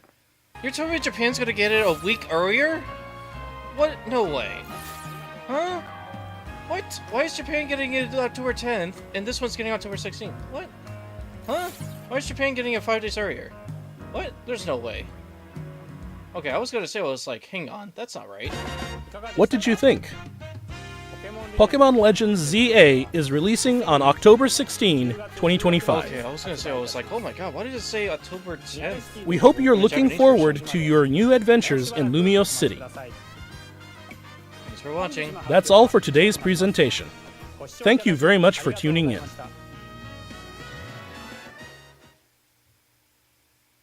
Alright, I'll let these play out. Yeah, surprise, surprise, when I looked at the video earlier, it started with this and then ended the same way. So it made sense. So, it turns out it wasn't the Pokemon channel preview, it was just more of like, oh, that's just the intro and the outro version. But, yeah, that's Pokemon Presents. I definitely think, in my opinion, the DJ Pikachu one that they had this time around, I would say that was the best part. As a person that has done, DJing for 15 years, and pretty much has done, mashups, remixes, all that stuff for the past 15 years on my DJ account. It's on my SuperFlashDriver account, it's on my DJ account.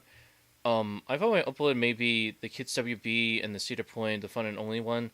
That's pretty much it. But other than that, yeah, I wasn't really expecting too much. There's like the Pokemon World Champions with the trading card game, or the World Champions with the tournament. There was Pokemon Concierge. I think Pokemon Concierge and Armin Group, I think, is definitely going to be the two I'm looking forward to. But everything else, I mean, in terms of games, though, I mean, it just feels like the Pokemon every single year, as time goes on, is starting to become more of like a movie television type of property rather than video games. So it's almost like they're kind of neglecting their video game aspect in favor of, their video games. They're kind of more going towards like other media, and it's kind of funny that they're doing the same thing that Nintendo of Japan is kind of going for in terms of pretty much the in terms of, I would definitely say, theme parks, movies, and TV shows and music. I mean, personally, in my honest opinion, I think they should absolutely go for a TV show type of approach. Alright, so let me go into studio mode for a second, and I will fade over to here. So, there are two things I do want to mention. One, I'm very sorry if the stream was very laggy, if it was not really prepared. I mean, I was trying to kind of open up like maybe 15 other tabs in the background for a lot of these presents, which is why I was trying to open up like a multitude of amount of browsers. I was trying to open up so many browsers in my tab that it was just slowing the whole computer down. So that's why I do apologize if it was, like that, or, pretty much just trying to get the Pokemon Presents all up and running, watching the stream, watching that. And also, it's the first time ever that I'm actually doing a Pokemon Presents live stream, because I usually was a watcher for many of these. I've watched other people kind of stream Pokemon Presents. I don't know if Patters ever did a stream. I hope he did, because that would be quite sad if he never did. And I'm surprised, like, I guess Patters is probably, like, off somewhere, but I don't really know. Like, where the heck is he? Did he not, like, do streaming? Is he, like, taking a break? Oh, that's why he streamed, like, 1 month ago. Okay, that's so weird. Let's see. Officially 14 years of the Patters YouTube channel. Hey, that's nice. May 2011. Interesting. Oh, yeah, I could easily look here. He started May 30th, 2011. Okay, so I started mine on January 1st, 2010. So, and around this time, 15 years ago, was when Gen 5, the Zoro Japanese movie was being announced. So, my own personal thoughts, I mean, they're not going to bring Pokemon Channel back. They're not going to mention any kind of remakes or GameCube things, so, I mean, if you looked at the Nintendo Directs, you probably have seen that they actually had the cover for Coliseum and XD, but I think they're probably not going to drip feed it until either this year or next year. And no mention announcements for Pokemon Bank, no mentions and announcements for Pokemon Home, nothing in terms of remakes. So that's why I always tell people, like, you could have so much copium up here, and most of your wants and wishes are never going to come true. I have a feeling that they're probably going to save it for 2026 in February 2026, which I do promise people that I will live stream it that day. But I'm probably going to see if I could do it on desktop rather than laptop, because my laptop is just not fit for streaming like this. It is absolutely not. So, oh yeah. I mean, if you guys like to watch the stream yourself, you can. I do want to go through. I'm surprised this Pokemon Japanese stream is still going. I thought it was over already. Like, seriously, is it still live? Is it still free? Wow. Okay, let me show you a little bit. Oh. Sorry about that. Yeah, this thing... Okay, now they finally ended it. What the frick? How long did it take just to do that? Yeah, a lot of people are kind of doing this. You got HTV kind of doing this. You got Dan Squared doing it. You got Terminator 2. Like, people are going to go through and dissect a lot of this stuff. You got Hidden Power Podcasts. You got Brick Nasty. But I'm surprised that, I mean, is United Gamer even around? Let me see. United Gamer. I'm surprised Patterson didn't live stream. Did they just forget that it was going to happen today? Let me see, because I know they were there for February and April. Oh, stream 4 minutes ago. Okay, there we go. Okay, so they were there. Game Boy Luke. 4 months ago. Pokemon Presents. I mean, I'm going to keep the stream a little bit going, so for people that want to talk about it, like, feel free to. But, overall, I just think that it's an okay presentation. I just think that I'm not going to expect them to, like, shock me or surprise me with, like, a game that I've actually wanted them to see for quite some time. But I do think, in my opinion, the DJ Pokemon, the DJ Pikachu one, the thing about it is that, if you notice, a lot of times you would kind of see the vinyl needle right onto, like, the player, but there's really no point. If you have jog wheels, digital jog wheels, or DDJs, that's literally what DDJ stands for. It's digital DJing. I mean, if it was like vinyl DJ, it would be VDJ. But I'm just looking at the actual turntable / DJ controller that the Pikachu has, and then you got the speakers that look like it's just a power source, and I'm like, this is pretty much why I personally prefer to have everything plugged in and wired. This is why I prefer, like, power cords into the mixer, because into the stuff, because in my personal honest opinion, I just don't see myself having everything wireless and no cables. It just doesn't make sense to me. Why would you do this? So that's why, if you guys like, I will, where's Pokemon Presents, the actual tab? I'm trying to find it.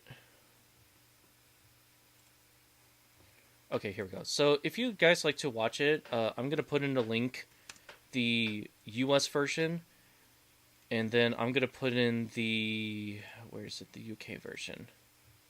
Where's the UK version? The UK version is somewhere. You're gonna have to stick with me, because it is very slow. Like, my computer is just, like, completely slow now. Hang on, let me minimize this. Holy moly, it is slow. Okay, so here's the UK version. I think there was the English version somewhere. There was, like, the Japanese version somewhere. Alright, I'm gonna have to pause this video because it's just... I think I had a Japanese tab at one point. Yeah, here we go. This is the one, right? Yeah. Yeah, Pokemon Asia. If you like to watch this on your own, you can. Alright,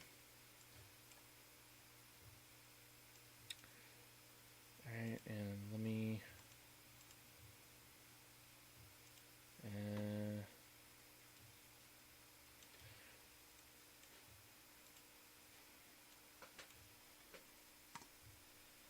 go to here.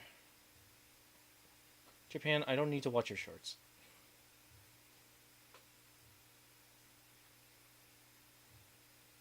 Did Japan just, like, close it out or something? I have bookmarked it, so it's not like it's the end of the world. I just gotta scroll down and find it. I know I bookmarked it, so the reason why, again, I just bookmark this stuff is so that I don't end up losing a lot of these pages.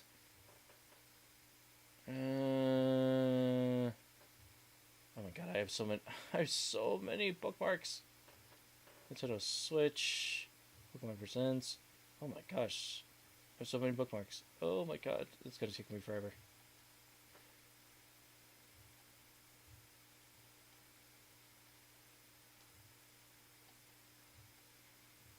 Okay, July. Okay, here we go. Here we go. I found it. Good.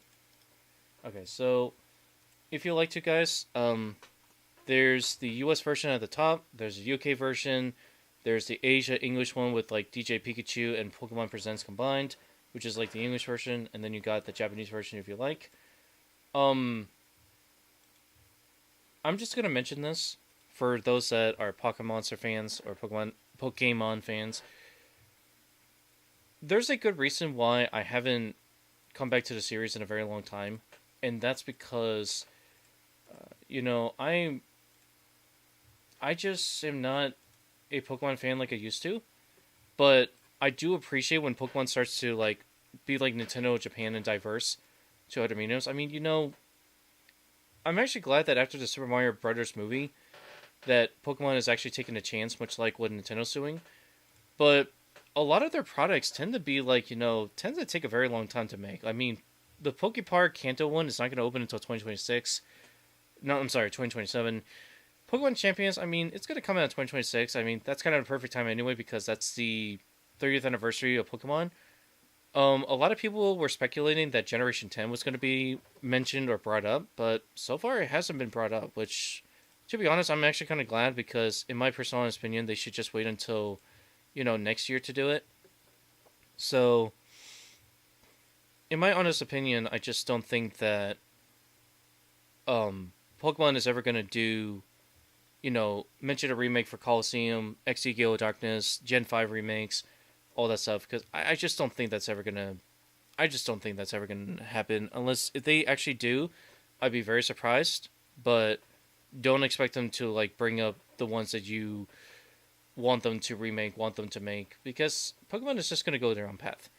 Now, for those who didn't watch the Summer Games Fest a month and a half ago, Game Freak is actually working on a different game that is kind of like an RPG open world, like, was it Dark Souls type of thing with like all the giant monsters. I am curious to see how Game Freak's going to do that, because I am interested in seeing how Game Freak makes other games besides Pocket Monsters, because again, Before Pokemon 30 years ago, they actually have worked on an Ultraman type of platformer, Jerry Boy type of game, a trauma medical center role-playing game for the PlayStation 1. So, the nice thing about Game Freak is that they could choose where to release their games, but Pokemon is definitely going to be a Nintendo exclusive for a very long time. And so, any other games that they make, they could easily put it on different platforms. But, my goodness, like, half of the stuff, like, I had a feeling that they were not going to show, like, great games. They were definitely going to show more Poke games. They're constantly doing Pokemon Go, Pokemon Unite, Pokemon Sleep, Pokemon Trading Card Game Pocket, and definitely the new one, Pokemon Champions. And I do want to mention to people that Pokemon Works is like the 5th company in the entire Pokemon company ecosystem. So you got the Pokemon Company International, you got Game Freak, you got Creatures Inc., you got Nintendo Japan, and now you got Pokemon Works. So that's 5 companies that are literally within the Pokemon ecosystem of businesses. And so I'm just sitting here thinking, when are they actually going to make a show or original/digital video animation that I'm actually going to enjoy? Like, I understand the whole philosophy of this franchise is the battling aspect. I totally get that. But at some point, they got to make a show that's like a slice of life, similar to Pokemon Cards Search, but in a way that, I don't know, I would just like to see like an anthropomorphic version, akin to like Robin Hood, Dinosaurs, and, I don't know, what's a third show that I remember that had there? And, I don't know, Bear in a Big Blue House. Oh, I'm sorry, the Muppets. So, like, the Muppets type of Pokemon show, the Dinosaurs type of show, and pretty much Robin Hood type of show. Like, I would love to see that type of Pokemon show or Pokemon movie series at that point, but they have not announced any kind of Pokemon movie in like 4 or 5 years. And I have a feeling that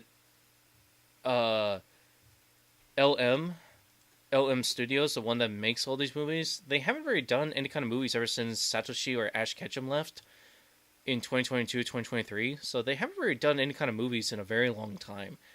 So that's why a lot of people, I remember seeing the little video on there that they were like, oh yeah, Ash is going to come back, or Satoshi's going to come back, and they're going to be able to, you know, kind of make this series. And again, I do apologize, people, if I haven't changed my thumbnail in a very long time, but that's just because I didn't make one for the Pokemon Presents, so at some point down the road, I will kind of redo the thumbnail, so this way that it's actually an updated one, but for the time being, I mean, I'm going to keep this public. But it just goes to show that, I don't know, I just don't think Pokemon really ignites the same feelings that I had for Generation 1, 2, and 5. So, I'm sorry, did I put 3? I meant 1, 2, and 5. There we go. I don't know. I just don't see myself ever being a Pokemon fanatic again. But I am a Wonka fanatic, and I do want to use this platform. I do want to use this chance to mention to people that, for those who've been waiting on the reverse clips for Charlie and the Chocolate Factory, I have finally posted them back on July 11th, 2025. I originally wanted to get them done July 10th, but I had to render and then re-render some of the clips because I didn't want to have like odd jumping points of the audio from beginning to end, where it's like, oh, suddenly there's audio right here. Oh, there's like a blip of audio here that doesn't sound right. So for those who have been waiting for the reverse clips, I highly recommend, if you're a Wonka fanatic, the Charlie and Chocolate Factory reverse clips are right there for you if you like to see it. But other than that, I have promised for the people for the polls that I will get into the other ones like Tom and Jerry, the 4K version of Willy Wonka and Chocolate Factory, and then what's going to happen is that I'm going to make a comparison video of pretty much the same reverse clip. Like, they're going to be the same similar ones, but you're going to see a comparison of all the 4 different films of the Willy Wonka series, and you're going to see like the comparisons between the 4, and you're going to kind of see just how different each of the clips are compared to like the other ones at best. So that's yet to be seen in the near future. So in terms of Pocket Monsters or Pokemon, I just really haven't been into the series in a long time, but I do enjoy watching the presents. And if you go to the other channels, they're going to dissect more into the They're going to dissect more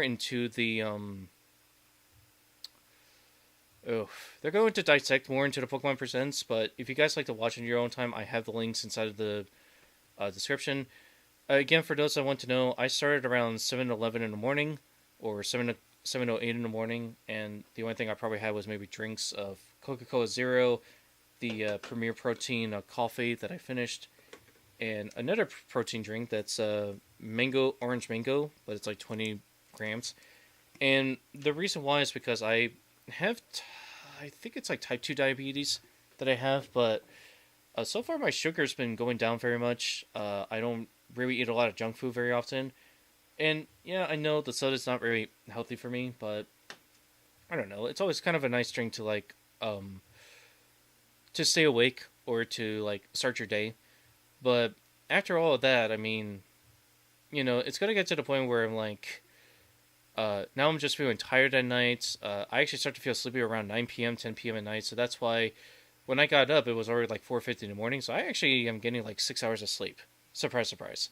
So, and one of the weirdest dreams that I had last night was I was pretty much working on a video, but I also had like random dreams of like the wasp experience that was like crawling on my neck, which I was supposed to take a shower early this morning, but because of the Pokemon Presents, and then I see HTV literally started streaming at like 6 in the morning in my time zone, I was like, you know, let me go start streaming my own stuff, because why not?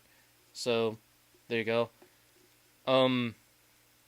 If there's any kind of questions that you guys have, I will create a post today of what did you think of the Pokemon Presents, and I would be like, yes, I loved it, it was okay, no, I hated it, or pretty much other, and then you can feel free to hit the comments below, but I'm actually going to do that right now.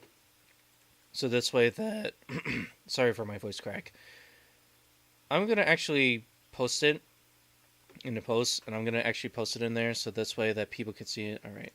So now that the DJ Pikachu and Pokemon Presents July 22nd, 2025 premiere live videos are over, what do you think of... I'm sorry, so I'm going to make 2 separate polls. So now that both DJ Pikachu and Pokemon Presents July 22nd, 2025 are over, premiered videos are over, what do you think of the 2 videos? So the first post here is for the DJ Pikachu set. What do you think of it? And then I'm going to do a text poll. And I'm going to be like, yes, I absolutely loved the DJ Pikachu set.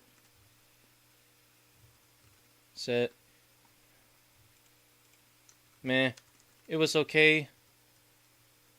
It was okay / fine, but not my top favorite.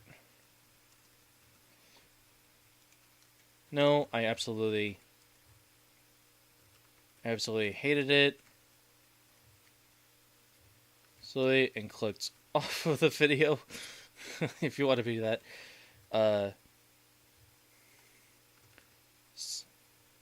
I have no interest. Number 4, I have no interest in the DJ Pikachu set. I came for the Pokemon Presents. Oh, okay.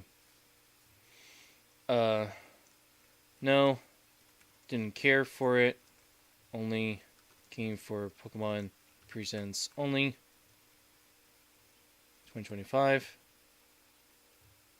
Yeah, there we go. No, I didn't. So the question that I have here, I'm gonna switch on over. Is this one? So now that both DJ Pikachu and Pokemon Presents July 2025 premiere videos are over, what do you think of the 2 videos? So the first post here I'm gonna do is I'm gonna do the DJ Pikachu set, and the 4 titles is, yes, I absolutely love the DJ Pikachu set. Man, it was okay / fine, but not my top favorite. No, I absolutely hated it and clicked up the video. Or other. Comment down below what you comment down below. Alright, so I'm gonna copy this, I'm gonna post it here, and then I'm gonna do another text poll.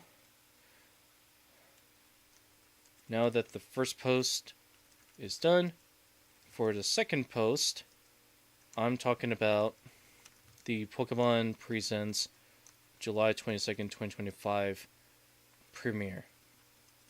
What did you think of it? And then 4 options. Yes, the ones that the premiere featured, I loved it. It was okay, fine for the live stream. For the premiere, not my favorite.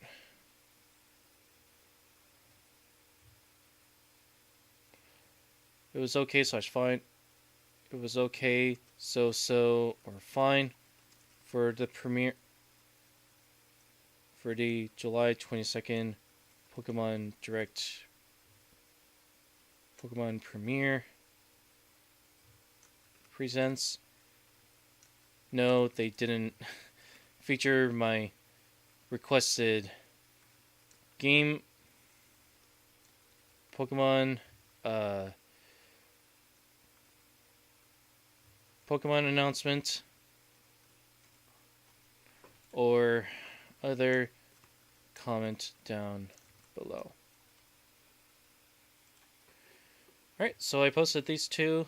Feel free to answer them. Feel free to comment. Oh wait, my video is so low. Okay, sorry about that. My audio was so low. My bad. basically, I'm just asking you guys what you thought of it. What you think of the Pokemon Presents DJ Pikachu 1 too. Personally, forget about the Pokemon Presents 2025. Because a lot of the announcements I've seen, like a lot of people made rumors and people were mentioning about Generation 10 that it's supposed to come next year or like a year later. But one of my favorite moments was definitely definitely when I looked at Pokemon Champions and I saw the Japanese one, and it's probably wondering why I was laughing at it when you guys weren't seeing it on screen. And that was because when I saw the graphics for Pokemon Champions, I laughed out loud. I was like, ha ha, you guys got the shittiest graphics ever. Oh, man. Again, apologize for cursing, but I will make sure that in the description below, I will absolutely make sure that on the top it says warning. There may be mild profanity at best, mild profanity and mild profanity and profanity, hand gestures and semi-explicit hand gestures. You have been warned. But I think other than that, I would definitely say it was okay. It was not my top favorite. If I were to go for the Pokemon Presents, I would say it was okay. For the July 22nd Pokemon Presents, I didn't really care. But in terms of the DJ Pikachu set, I absolutely loved it. As a person that absolutely loves DJing stuff, that loves music, you cannot lie that I would go for the top. Because for most of the people that didn't know, I was watching Tomorrowland's Weekend 1 a weekend ago, which was 2 days ago for Sunday, Saturday, and Friday. And around this time, I didn't realize that Ultra Europe ended up premiering on like July 11th, July 12th. I was like, wow, that was a surprise. And then Tomorrowland, and surprisingly Perukaville, aired on the same weekend, which was July 18th. So I was like, dang, I had no idea that they premiered on July 18th of all places. So it was just wild to me that they would premiere Perukaville and Tomorrowland on the same darn weekend. That's nuts to me. That is freaking nuts. So, but that's crazy. That's just crazy to me. But yeah, I absolutely love the DJ Pikachu set. I think the only problem I had with it was, that it looked like as if Pikachu wasn't really mixing the music. It was kind of more like playing the music. Also, both the female and the male DJ Pikachus didn't even hit the play button. Like, if you could easily see the turntable, it's like you just don't even see.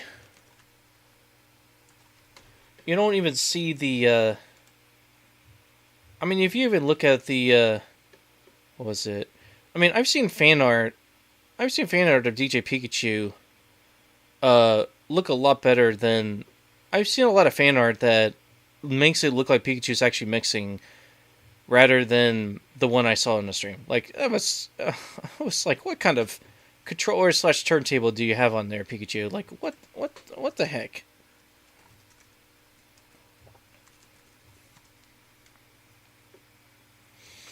Okay, here we go. I'm going to show the image right here for a second. Oh, hang on. Let me where the video so this way you can see. Tell me if this mixer down here looks like it didn't have a lot of buttons. You got your gain knob. You got the master gain knob. You got the channel gain knobs. And then somehow you only have the needle. And then you got the CDJ type of the CD jockey, the compact disc jockey type of jog wheels that look like it came from. Excuse me, I'm just very gassy. You got the two jog wheels that look like they came straight from Pioneer DDJ 100 or 1000. And then you only got what? The pitch and the tempo slider? That's it? I'm like, and for those that didn't know, I did mention the Newmark DJ controller, final DJ controller, and I'm going to show you what I mean by it, and I'm going to make a comparison for it, and you'll see. Because tell me if that compact one looked anything similar to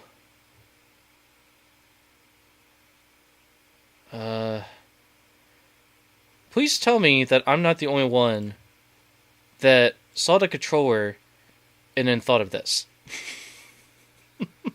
I literally was like, wait, is that Pikachu using a Numark controller? A very basic Numark controller with the little speakers.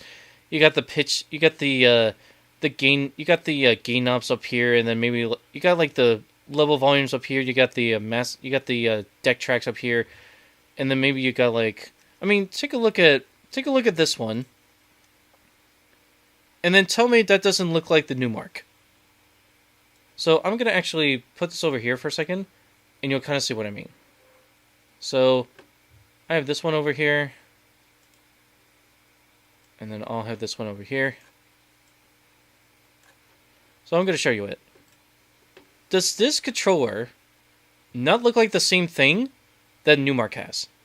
And then in terms of those guys, those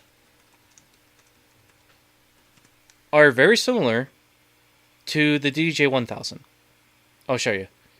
It's very, very similar to that controller. It's like a compact controller, I think. Compact controller. It's like very similar. Here we go. Yeah, the DDJ 400. Is it just me?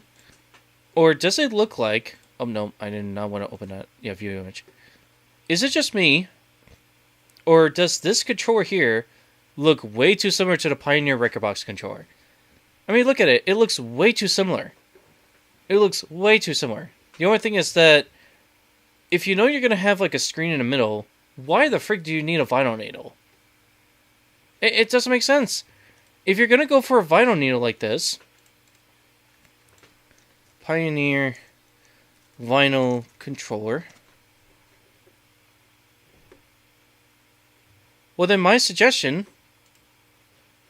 would be to use this one.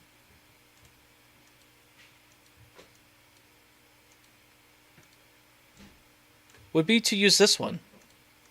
Like, look at this. It's like this is an actual vinyl player. This is just the Pioneer DDJ 400, but it has a vinyl needle equivalent to this one. And then you got a lightning bolt on here. This has a little weight in the back. But this right here is an actual vinyl DJ player. You got like your little pitch and tempo slider. You got a little vine needle. You got your vinyl record. Although technically with this one, the reason why they have this is like this is more like a digital one. So you would put this vinyl down, you would kind of play it. And so the idea for these vinyls is that you would use these for scratching. Or you would use it and then you would move the needle. And then you would kind of put on the other vinyl record and then play a new song. But these are more like the digital version, which then you would hook it up via this computer right here. So I don't understand why this one has to have a needle record, has to have a vinyl needle, has to have a needle on a controller that's the Pioneer DJ 400. It makes no sense. So I understand they want to do this. They want to make it look like it's an actual record. But in my personal honest opinion, there's no point. If you put a needle on this record, and especially if the turntable has like a mechanism inside of it, you're actually going to damage the glass in the plate. You're actually going to damage the glass in the plate. Also, this needle right here is near the edge, is near like the end, like right towards the middle of the, it's like right near the edge of the vinyl record here. It's like when you get to the middle, here's the thing I'm going to tell you all people. When you get near the middle of the vinyl record, it means the song ended, or the entire album's in it. Usually the vinyl record, the vinyl needle player, the needle player with this little tip here, should be on the outside, not on the inside. So, I don't get this. I mean, I understand they don't want to be realistic, but even up here, it's like, this is even more realistic. Like, look at this. This little needle is way too close to the middle.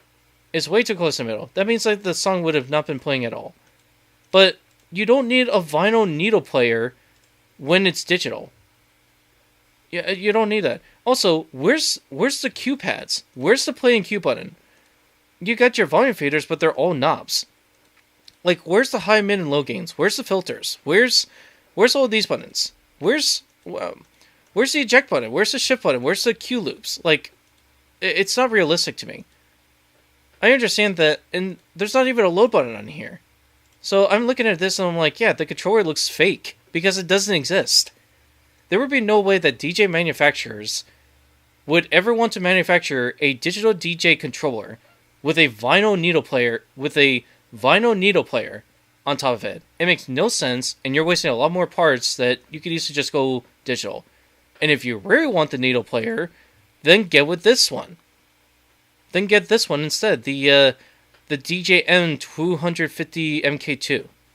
This is an actual vinyl. This is an actual digital vinyl system. That's what DVS stands for, digital vinyl system. This is a vinyl record player with the vinyl needle. This is a digital DJ controller that doesn't have a vinyl needle player. And I was looking at it, I was like, maybe it's Numark, but then I realized I look at the little dots and I'm like, oh, that's a Pioneer controller, and that's from a Record Box one. Which, I mean, if you like to look it up, feel free to take the images that I have here and be able to take a look at them yourself. Because, I think in my opinion, despite that little caveat, the DJ Pikachu video set is definitely my top favorite. Hands down my top favorite. Of, like, out of the presentations that they could have done, this one is my top favorite. Of all time. You cannot tell me that you would absolutely want to go to a music festival full of Pokemon, that each Pokemon would actually be its own DJ. You got Pikachu, you got Charizard, you got Blastoise, you got Absol, you got Zekrom, Ultra Necrozma, Solgaleo, Lunala, Yveltal, or Yveltal, sorry. I keep saying Yveltal for some reason. I'm so used to it. Reshiram, I mean, you'd be very surprised that I would love to see Pokemon dabble into the electronic music festival, like Electric Daisy's Carnival, Ultra Music Festival, Tomorrowland, Ultra Japan, Ultra Europe, Resistance is another one, Tomorrowland Brazil, Tomorrowland Winter. You'd be very surprised. And also Pericaville. I would love to see these Pokemon appear in an actual DJ event. I think that would be the coolest thing. That would be the coolest thing to see on a live stream. And it would make Pokemon feel like, or Pokemon feel like, hey, it's not just a video game franchise anymore. It's a multimedia franchise going from movies to music. And even DJ festivals. It would be fantastic. The only thing I probably would not like is having to hear their roars or, their cries and not be able to understand them. They would have to speak like normal human English or like German or something like that. So I'm hoping they actually speak human languages, because I do not want to listen to Pokemon when they speak and literally be like, oh yes, I'm going to hear their cries and automatically understand what they're saying. So that's funny. But I mean, either way, if you ask me, the best part about the Pokemon Presents this time around, it is definitely the DJ Pikachu set. The DJ Pikachu set is my top favorite. Hands down is my top favorite. There's a good reason why, and it's because I personally have been a DJ for 15 years in my own local town. But over the years, like 10 years ago, I started doing more mashups and remixes of like taking two songs and putting them together, or pretty much trying to do one song. But I mean, the remixes is kind of pathetic. So I realized that mashups and making extended versions, my own extended versions of current songs out there that don't have extended versions, those are like my capable skills of music production. So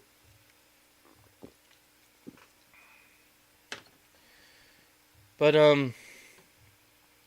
yeah, pretty much that's the entire Pokemon Presents for...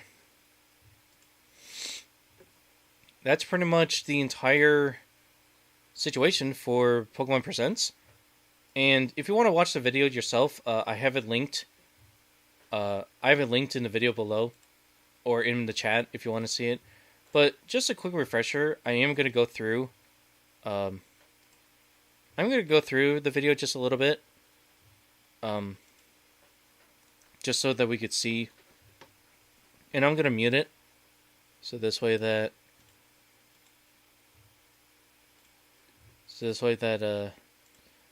we could see it a little bit.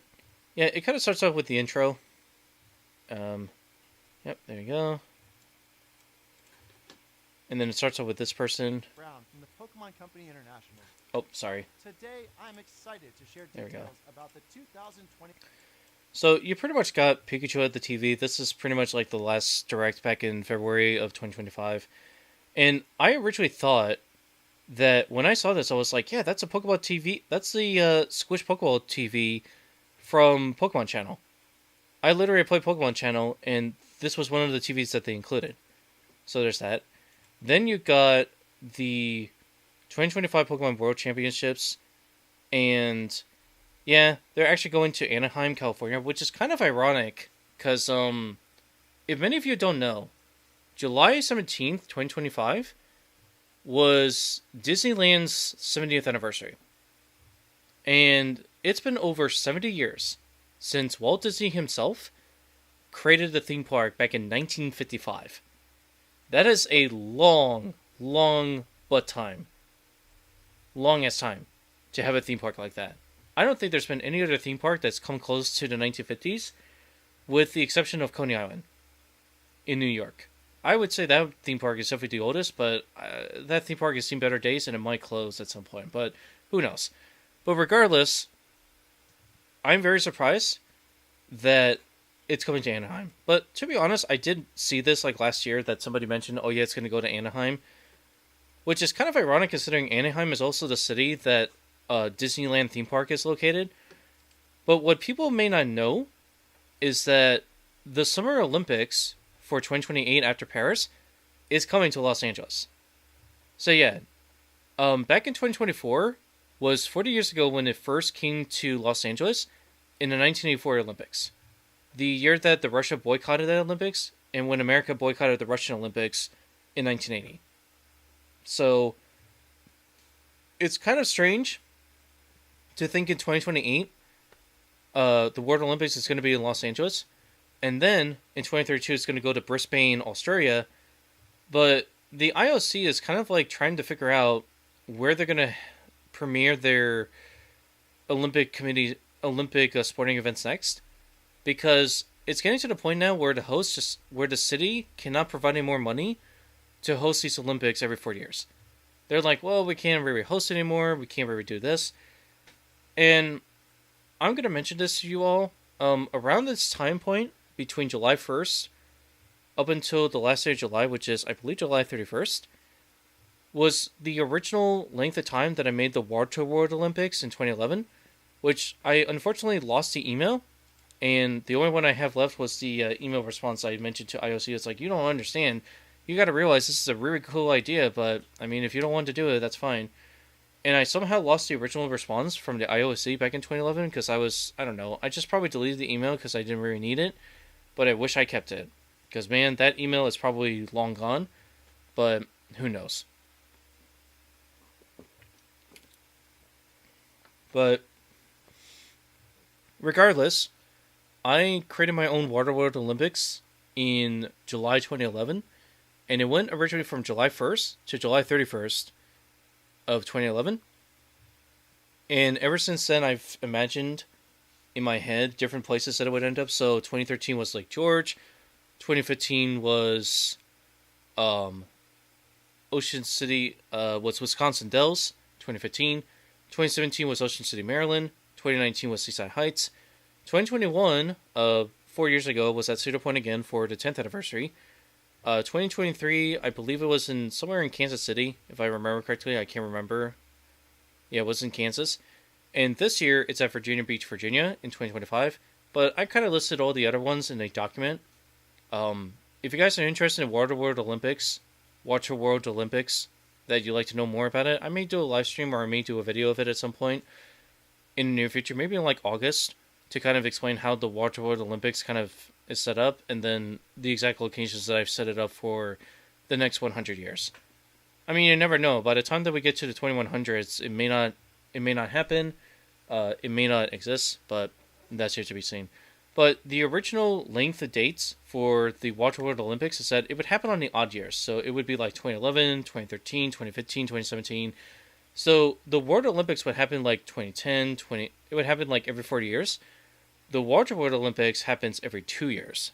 So whenever there's no Winter or World Olympics, like Winter in 2010 and World in 2012, or Summer Olympics, in between those Winter and Summer Olympics, there would always be a Water World Olympics, which is dedicated to every single water sport you could think of. Yes, it's dedicated to all water sports. And it included my idea for surf tag, which is basically a combination of surfing, sailing, and it's basically just a combination of motor sailboards with the ability to use the sails to like turn your surfboard to like left or right. So there's that. And now we got this one with Anaheim. California from August 15th to 17th. August 15th, August 7th. Okay, so that's pretty much that's pretty much like the third weekend in August. Surprisingly, they would start on August 15th, which is I'm going to be I'm going to be very open because it's been over 15 and a half years since I've been open to a lot of people. Since I really haven't been open to a lot of people, even when I came back. I'm a Roman Catholic myself, so August 15th is a day that we celebrate Mary, the mother of Jesus, on that day. So it's like when she ascended to heaven, and then the Immaculation of Mary is like December 8th. So just keep that in mind. We are once again thrilled to welcome thousands of trainers from around the world who will battle across the Pokemon Scarlet and Pokemon Violet video games, the Pokemon trading card game, Pokemon Go, and Pokemon Unite. These elite trainers will receive a celebratory promo card for competing in the Pokemon World Championships. Let's take a first look at this year's special artwork for Paradise Resort.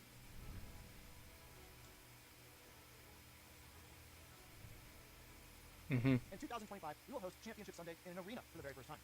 Those who can prove themselves as the best will earn incredible prizes, including the coveted Champions line. Alongside our competitors, we expect more than 20,000 Pokemon fans to come celebrate together and enjoy tons of new activities. Each attendee will also receive a special digital code to obtain Code School for the Pokemon Scarlet and Pokemon Violet video games. During the weekend, fans at home can tune in to the action via our live stream broadcast available in multiple languages. And yeah, for those who don't know, if you want to know where the broadcast for these ones is, it's on YouTube. But if you prefer Twitch, it's on Twitch. If you prefer YouTube, it's on YouTube. You would just have to type, Pokemon World Championships 2025, and you pretty much will be able to find it when that day comes. But they mostly air it on Twitch because that's usually the platform that they prefer to go to. So that's why, if you notice, sometimes they'll have like live streams of the championships on YouTube. Sometimes they'll have it on Twitch. So it really doesn't matter which platform you go to because they're going to stream it both on those platforms. In the multiple languages, it's really just the announcers just dubbing over the English parts, or pretty much just having dub announcers anyway. So it's going to be in Japanese, Espanol, French, Italian, British English, Australian English, Portuguese is another one, and Dutch is another one. I probably not Russian, unfortunately. Maybe Korean, Chinese, and Polish, and I guess Greek. I don't know. I'd be very surprised if it's not done in in Italian, of course. Some of these streams have special giveaways planned, so we hope you'll join us in cheering our competitors as they strive to achieve the title of World Champion. Thank you for being a part of what makes our global community of Pokemon trainers so special. Oh yeah, we saw this. I'm looking forward to seeing this.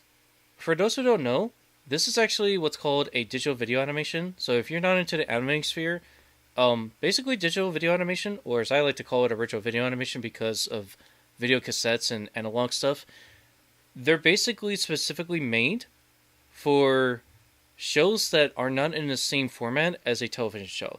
So they're basically kind of its own series, but just a little bit longer than 30 minutes. Usually DVAs or OVAs are usually ones that tend to be more of like a home media release, not on TV broadcasts, and they're more of 30 plus minute long series, whereas with regular anime episodes or regular TV show episodes, it's usually like between 20 minutes to 25 minutes. It depends on the cartoon and how long they made it, but usually an average TV show episode would be about 15, 20, 25 minutes. I would definitely say the shortest TV show would be like Schoolhouse Rock, which is like 5 minutes long. So those are like the shortest ones ever, if you ask me. Because one of the documentaries for Schoolhouse Rock, it's like, well, we can't really air like a 5-minute episode on a 20-minute episode time slot. So there's that. So that's always fun. So they had to break it up like with intro, the Schoolhouse Rock, and then a commercial. And then they had to play the song, then another commercial, and then they would have like a quiz, and then a commercial, and then the credits. So it was just very awkward the way that they kind of aired Schoolhouse Rock back like 50, 40 years ago. But that's just me. Anyway, I've actually seen the free episodes on the official Pokemon channel, and I've actually downloaded them, so this way I can watch them. And a lot of people are pretty excited. Like, there's a lot of new Pokemon now. There's Diglett, there's this one, Fungi Mushroom, I don't remember. There's the Seal. Now, apparently this person's coming along. So that's going to be fun. A lot of the characters are going to return. A lot of Pokemon, the Pocket Monsters that we've seen from the first series are going to come return. Although I'm curious as to if they kind of forgot about Wailord from last year. I'm surprised they forgot to bring that up. There's going to be a Luxray, a Shinx, an Arcanine is going to come. The Corphish is ever going to come. The Shinx, the Luxray. What I really like about this is that many people think this is stop motion, and while technically it is true, it's actually it's not very claymation. It's more of like stop motion. They basically have the human characters actually sculpted, and what they do to kind of make this work is that if you've ever seen the Nightmare Before Christmas documentary, they pretty much use the same techniques that Tim Burton and Christopher have done, or Derek, I forget the other director's name. Derek and Tim kind of created like thousands of sculptures for each characters with like very little segments. So it's like slightly open eyes, shocked expression, calm expression, sleep expression. So it's basically all they had to do is just replace the head with a different shot, and then all they had to do is just move the limbs to make it exactly like the characters. All of these Pokemon here are actually made of cloth. They are actually just stitched together. They're pretty much like, if you ever seen Rankin Bass with Animagic, they're pretty much made very similar, but they're made of cloth. So if you've seen like Yoshi's Woolly World, Stop Motion shorts, or Rankin Bass, Animagic type of animation, it's pretty much the same thing. So I'm definitely looking forward to seeing how this was going to go.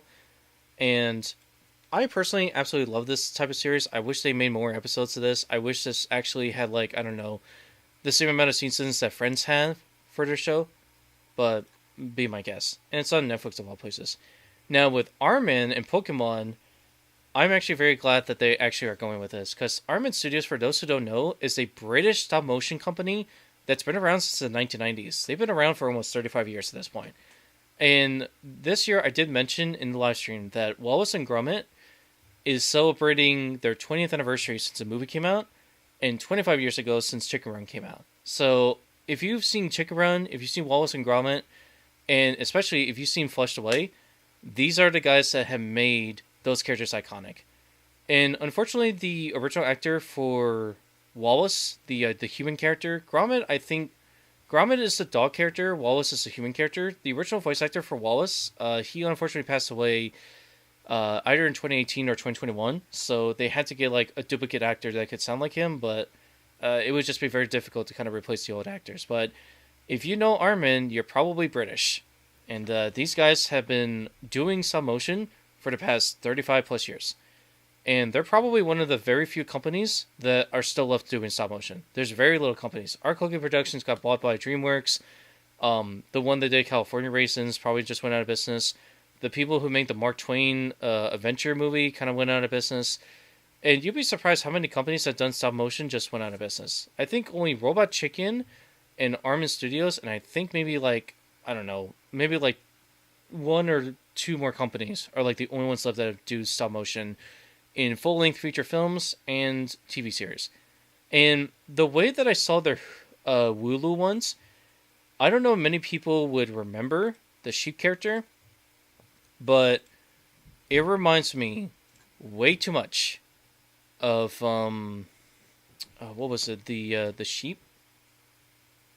It was Ba the sheep, I think. Arn Min sheep character. I think it was Ba the sheep.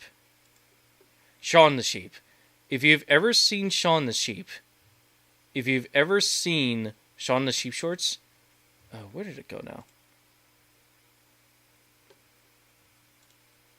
If you've ever saw Shaun the sheep, you will absolutely like this animation. Although it's a lot more cleaner than I thought, but this one is Sirfetch'd and Pichu. Sirfetch'd and Pichu kind of reminds me a lot of Wallace and Gromit, but this character here reminds me way too much of Shaun the sheep. It reminds me way too much. And Shaun the sheep came out in what, 2003, 2004? So it's been like over 20 to 22 years since it came out. But I am definitely looking forward. The Misadventures of Sirfetch'd and Pichu. Wow, this reminds me a lot of Misadventures of the Misadventures of Flapjack. The title reminds me of that. Pokemon Tales. That's pretty cool. So there's that one. But here, Pokepark Kanto.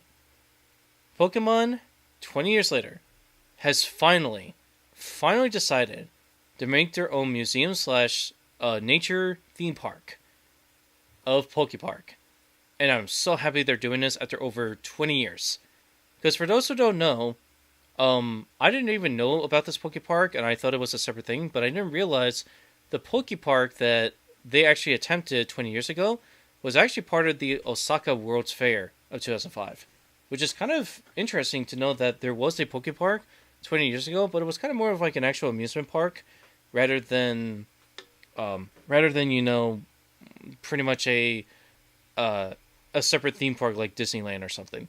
But seeing them be able to do this, I am very glad that they're actually going with this, which it's amazing. I think it's kind of going to be like a museum nature park, and Kanagawa Prefecture, that's actually north, because here's Tokyo down here. Oh, you can't really see my mouse cursor. Hang on. So let me capture the cursor. There we go. So down here is where Tokyo is. This Kanagawa Prefecture, this is like north of Tokyo.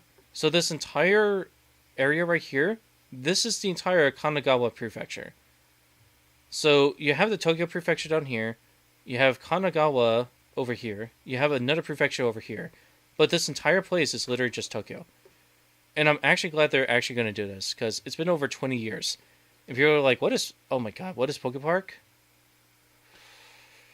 Oh, again, this is why I wish that they would re-release the Wii games, because people would totally understand why Pokepark is there. And I still remember the original Pokepark from 2005, 2006, and I remember just how sad it was. So it was like, oh yeah, it was the theme park, and then it closed within 1 year. I was like, it closed in 2006? What? I completely missed the whole Pokepark. What the freak? So after September 6, 2006, it was just disappeared. It was like, what the freak? I could have actually gone to the park. There was a log flume ride, there was a carousel, there was the dragon coaster. I mean, it was a pretty park. And then it's just gone. It's just gone. So yeah, there was that one. I'm pretty excited to see how they're going to do this. Because I think, in my opinion, they definitely need a Pokepark. But the grand opening is going to be sometime in 2026, which, in my opinion, that's like perfect. Again, 2026 is the 30th anniversary of the Pokemon franchise, or Pokemon franchise, or Pocket Monsters, or Pokémon Star franchise back in February 27th, 1996. Which is ironic considering my birthday's on December 13th of this year, which I'll be 30, and then Pokemon's going to turn 30 2 months later. That's going to be wild to think that I'm 2 months older than Pokemon, and I'm pretty sure there's going to be more people from before 1995 that are much older than Pokemon, but, or Pocket Monsters, but it's going to be so weird to think that this franchise is as old as I am. It's going to be so weird. Yeah, ticket sales plan to begin late 2025, opens in 2026. And then you got this Pikachu transition, of course. Go back. It is, like, very close. Oh. There we go. Got your same Pikachu transition. And then we got Pokemon Go. And I love this one. This stunt was performed by trained professionals. Please do not try this at home. Of course people don't want to try this at home. It's a very dangerous activity. And then you got Pokemon Go, Pokemon Masters EX, you got Cafe Remix, Pokemon Sleep, Pokemon Unite, which they're introducing Latios and Latios. I'm pretty sure a lot of people are really going to like that. This one's Join the Fray, July 18th. Okay, so that came around. And then Latios, I think... Yeah, 4th anniversary. Can you believe that? So, join July 18th. And this one is joining August 8th. Cool. So, and then you got your trading cards. And then somehow, they have Pokemon Friends. And I'm like, guys, Game Freak, are you really trying to copy Brain Age, but on a mobile? This is pretty much Brain Age. So, this is weird. Okay, whatever. And also, don't you just love when it's like, oh yes, when you get on Nintendo Switch, it's only digital only. It's like, what? So, I can't get a physical copy of this game anymore? I mean, I might as well download it from the mobile version. I might as well download it from the app stores. That's going to be easier and less likely for it to get taken down. But, what the freak? Then you got your Scarlet and Violet. Terror Raids. This one is happening tomorrow. This one is happening next month, and then 2 months from now. Or next month. And then, yay! If that wasn't bad enough to hand out phone covers, now they have freaking tracksuits. What? What are they doing? And then the funny part came around when this happened. I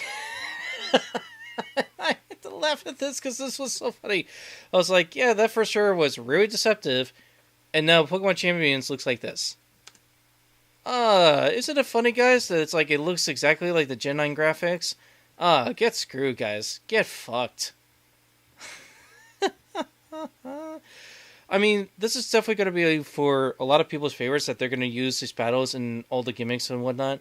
But man, the graphics, like, a lot of people really got fooled. Like, this is just too funny to me. It's like, oh yes, it looks like crap.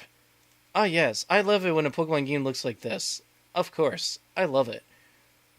And then it's going to come 2026. So, that's always going to be fun. And then, you got Pokemon CA. What's actually surprising is that the rogue Pokemon, weirdly enough, in Pal World, there's Predator Pals. That was introduced last year. And now, they're going to bring this into here for Pokemon Legends EA. So, in Pal World, you got Predator Pals. In Pokemon Legends EA, you got Rogue. You got Rogue Pals. And now, that little symbol that we saw with the tower, turns out, yeah, you are going to be battling a lot of these people through that tower, which is basically like a battle ring. So, I'm not surprised that tower that you're going to see, I was like, that's probably a battle tower with all the bosses. And turns out, I was mostly right. So, I'm not surprised. But, my goodness, Mega Dragonite does not look good. It's like it took those eyelashes and then turned into wings. What the heck? What the heck? I guarantee you this was probably copied from some fan that made this, and now it became a reality. So it's like, well, Mega Dragonite now exists. Guess people are not gonna do Mega Dragonite stuff anymore.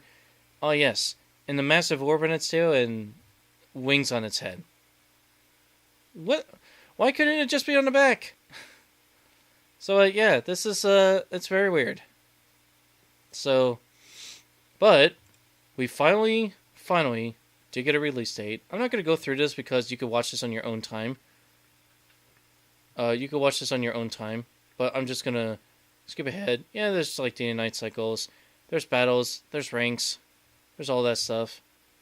But I have no interest in that. You also got hairstyles. You still can't remove the damn jacket. That's really unfortunate. Still can't remove the gosh darn jacket. I'm pretty sure there's going to be some sort of mod that's going to be able to fix that someday. But you can't remove the darn jacket. I don't know why. You just can't remove it, no matter what. And then we talked about this one. Rogue Mega and regular Pokemon. Mega Dragonite is introduced. Yeah, they were going to mention, like, there's only 1 or 2 Megas that are going to be introduced, and that's it. But this one said October 16th. But when I saw the Japanese one, if I could find it. If I could find it.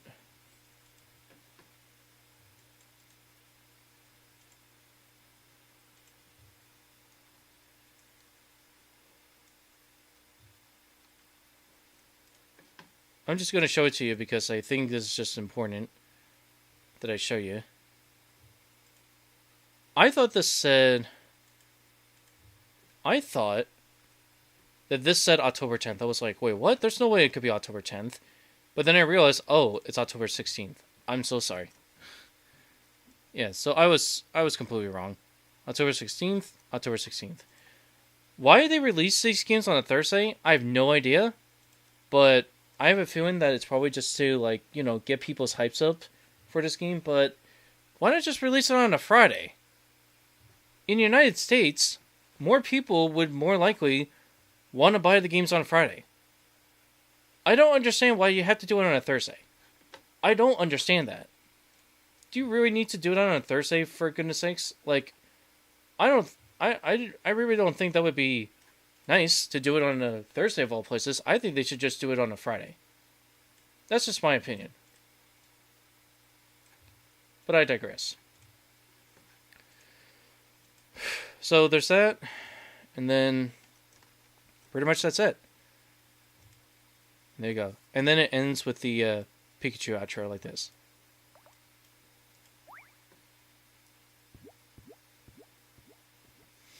So yeah, there you go. And for those who are curious, I'm going to put up one of the extensions that I personally love this upload time. And it sees in my computer's default time, it started at 8:59. And so if I go to Hawaii, it starts at 3 in the morning. So poor people in Alaska and Hawaii, if you're in Hawaii or in Alaska, you have to watch this at like 2 or 4, you have to watch this at 3 or 5 in the morning. That's pretty brutal. That's pretty brutal to see this. So there's Mountain Time, here's Central, Eastern, here's Atlantic Time, or pretty much as I like to call it, Bermuda Time. Newfoundland is like 10:30. Here's Greenland. And then you got, where is it? Dublin, which Dublin's like Ireland, 1 in the morning. Abu Dhabi, which is like Middle East. And then one of the funniest ones, in my opinion, is Port New Zealand. In Brisbane, like Australia, it's like, oh yes, it's at 11 at night. And then for those that are like in, I don't know, Auckland or what is it, in like, this one, what is it, like Midway Island? Yeah, Midway Island or New Zealand, they like do it at 2 in the morning. Oh, that's kind of sucky for them. But yeah, I love that upload time feature, but that's just me. Alright, so that was pretty much it for this live stream. I hope you enjoyed it. I know this sounds kind of boring. I know that the stream kind of lags, but I was trying to like open up the other live streams so this way that I could save them to watch them later. But I do hope you enjoyed this one as much as I did. And God forbid, Pokemon, why do you bother presenting the video games when you could just present the movie and music franchise instead? Again, a lot of times some of these franchises, there's a reason why that my characters were always a movie franchise. They were never a video game franchise. Because Pokemon sure feels like as if it's becoming more of a movie franchise or a multimedia franchise than just a gaming franchise. It's very sucky. But I digress. But regardless, guys, I hope you enjoyed this live stream as much as I am, as much as I do. It's already 10:34 a.m. in the morning, as you can see in this corner over there. I'm going to get going. I got to do my exercise trainers at like 1 p.m. Eastern Time and 4 p.m. Eastern Time for those. But other than that, I'm going to get back to working on my stories, watching the other live streams, and I still got to catch up with the Pokemon Presents. I just haven't been able to do so, but hopefully I get through them. Patterson started around. I'm surprised that Game Boy Luke and Patterson didn't do him. I guess they're probably like on vacation or something. I have no clue. But I do hope that I think at some point they'll probably watch the other, like the actual Pokemon Directs in like February 27th. But that's yet to be seen. Either way, I think my favorite ones are definitely the DJ Pikachu set is my top favorite. Reminds me a lot of Tomorrowland and Ultra Music Festival, but man, I wish DJ Pikachu would actually do a little bit more than just stand there and literally just let the music play. And even the turntables probably didn't move. It was just very weird. But regardless, other than that, I wasn't really expecting very much from the Pokemon series. But you could kind of see why that I just didn't really care too much about it. And so forth. I think it's time for me to just call it quits. It's really time for me to just call it quits. So, thank you guys for watching. I hope you enjoyed it as much as I did. And we'll just have to wait and see where the Pokemon Company goes next. For those that are looking forward to Legends CA, it is coming out on October 16th, which is on a Thursday of this year, 2025. So that's definitely going to be a Christmas item list for a lot of people. And I know I'm going to be watching a lot of people play that game, that's for sure. I just don't really care too much about it because I'm playing Power World. I'm playing 7 Days to Die. But if there's one thing I do want to mention for 7 Days to Die, they got rid of version 1.2. And Fun Pips, what the heck are you doing?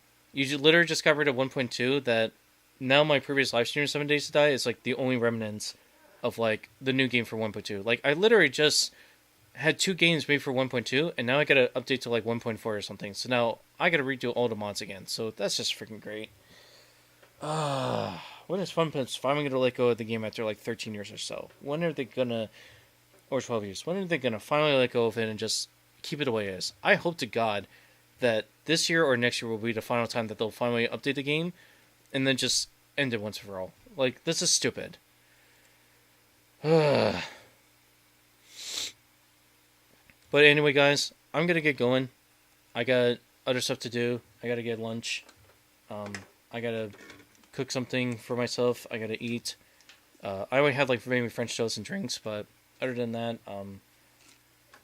if you guys like to follow me, subscribe to me, like or dislike, comment down below for this live stream, feel free to.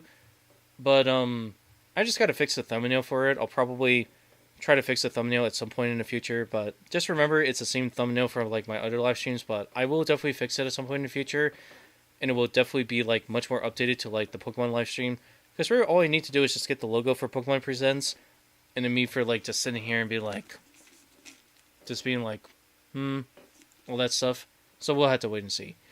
Anyway, guys, I'm SuperFlashDriver, also known as Matthew John, and I go by other ones including Classic Culture Poster 1080, Exterior Reviewer 101, DJ MGM 1080, Namco Player for ADP or Namco Fan for ADP, and many other nicknames from Madman to Ketchup Man to Roller Coaster Dragon Maker and Coaster Maker, and yours truly, Matthew John.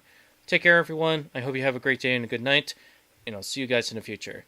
But again, just keep in mind, this is not a Pokemon channel. This is just a variety type of content. So if you are a Wonka fanatic, feel free to comment down below about the reverse codes I just posted. But if not, I hope you enjoy my content as much as I do. And in the future, I will eventually do more video game live streams of either 7 Days to Die or Pal World.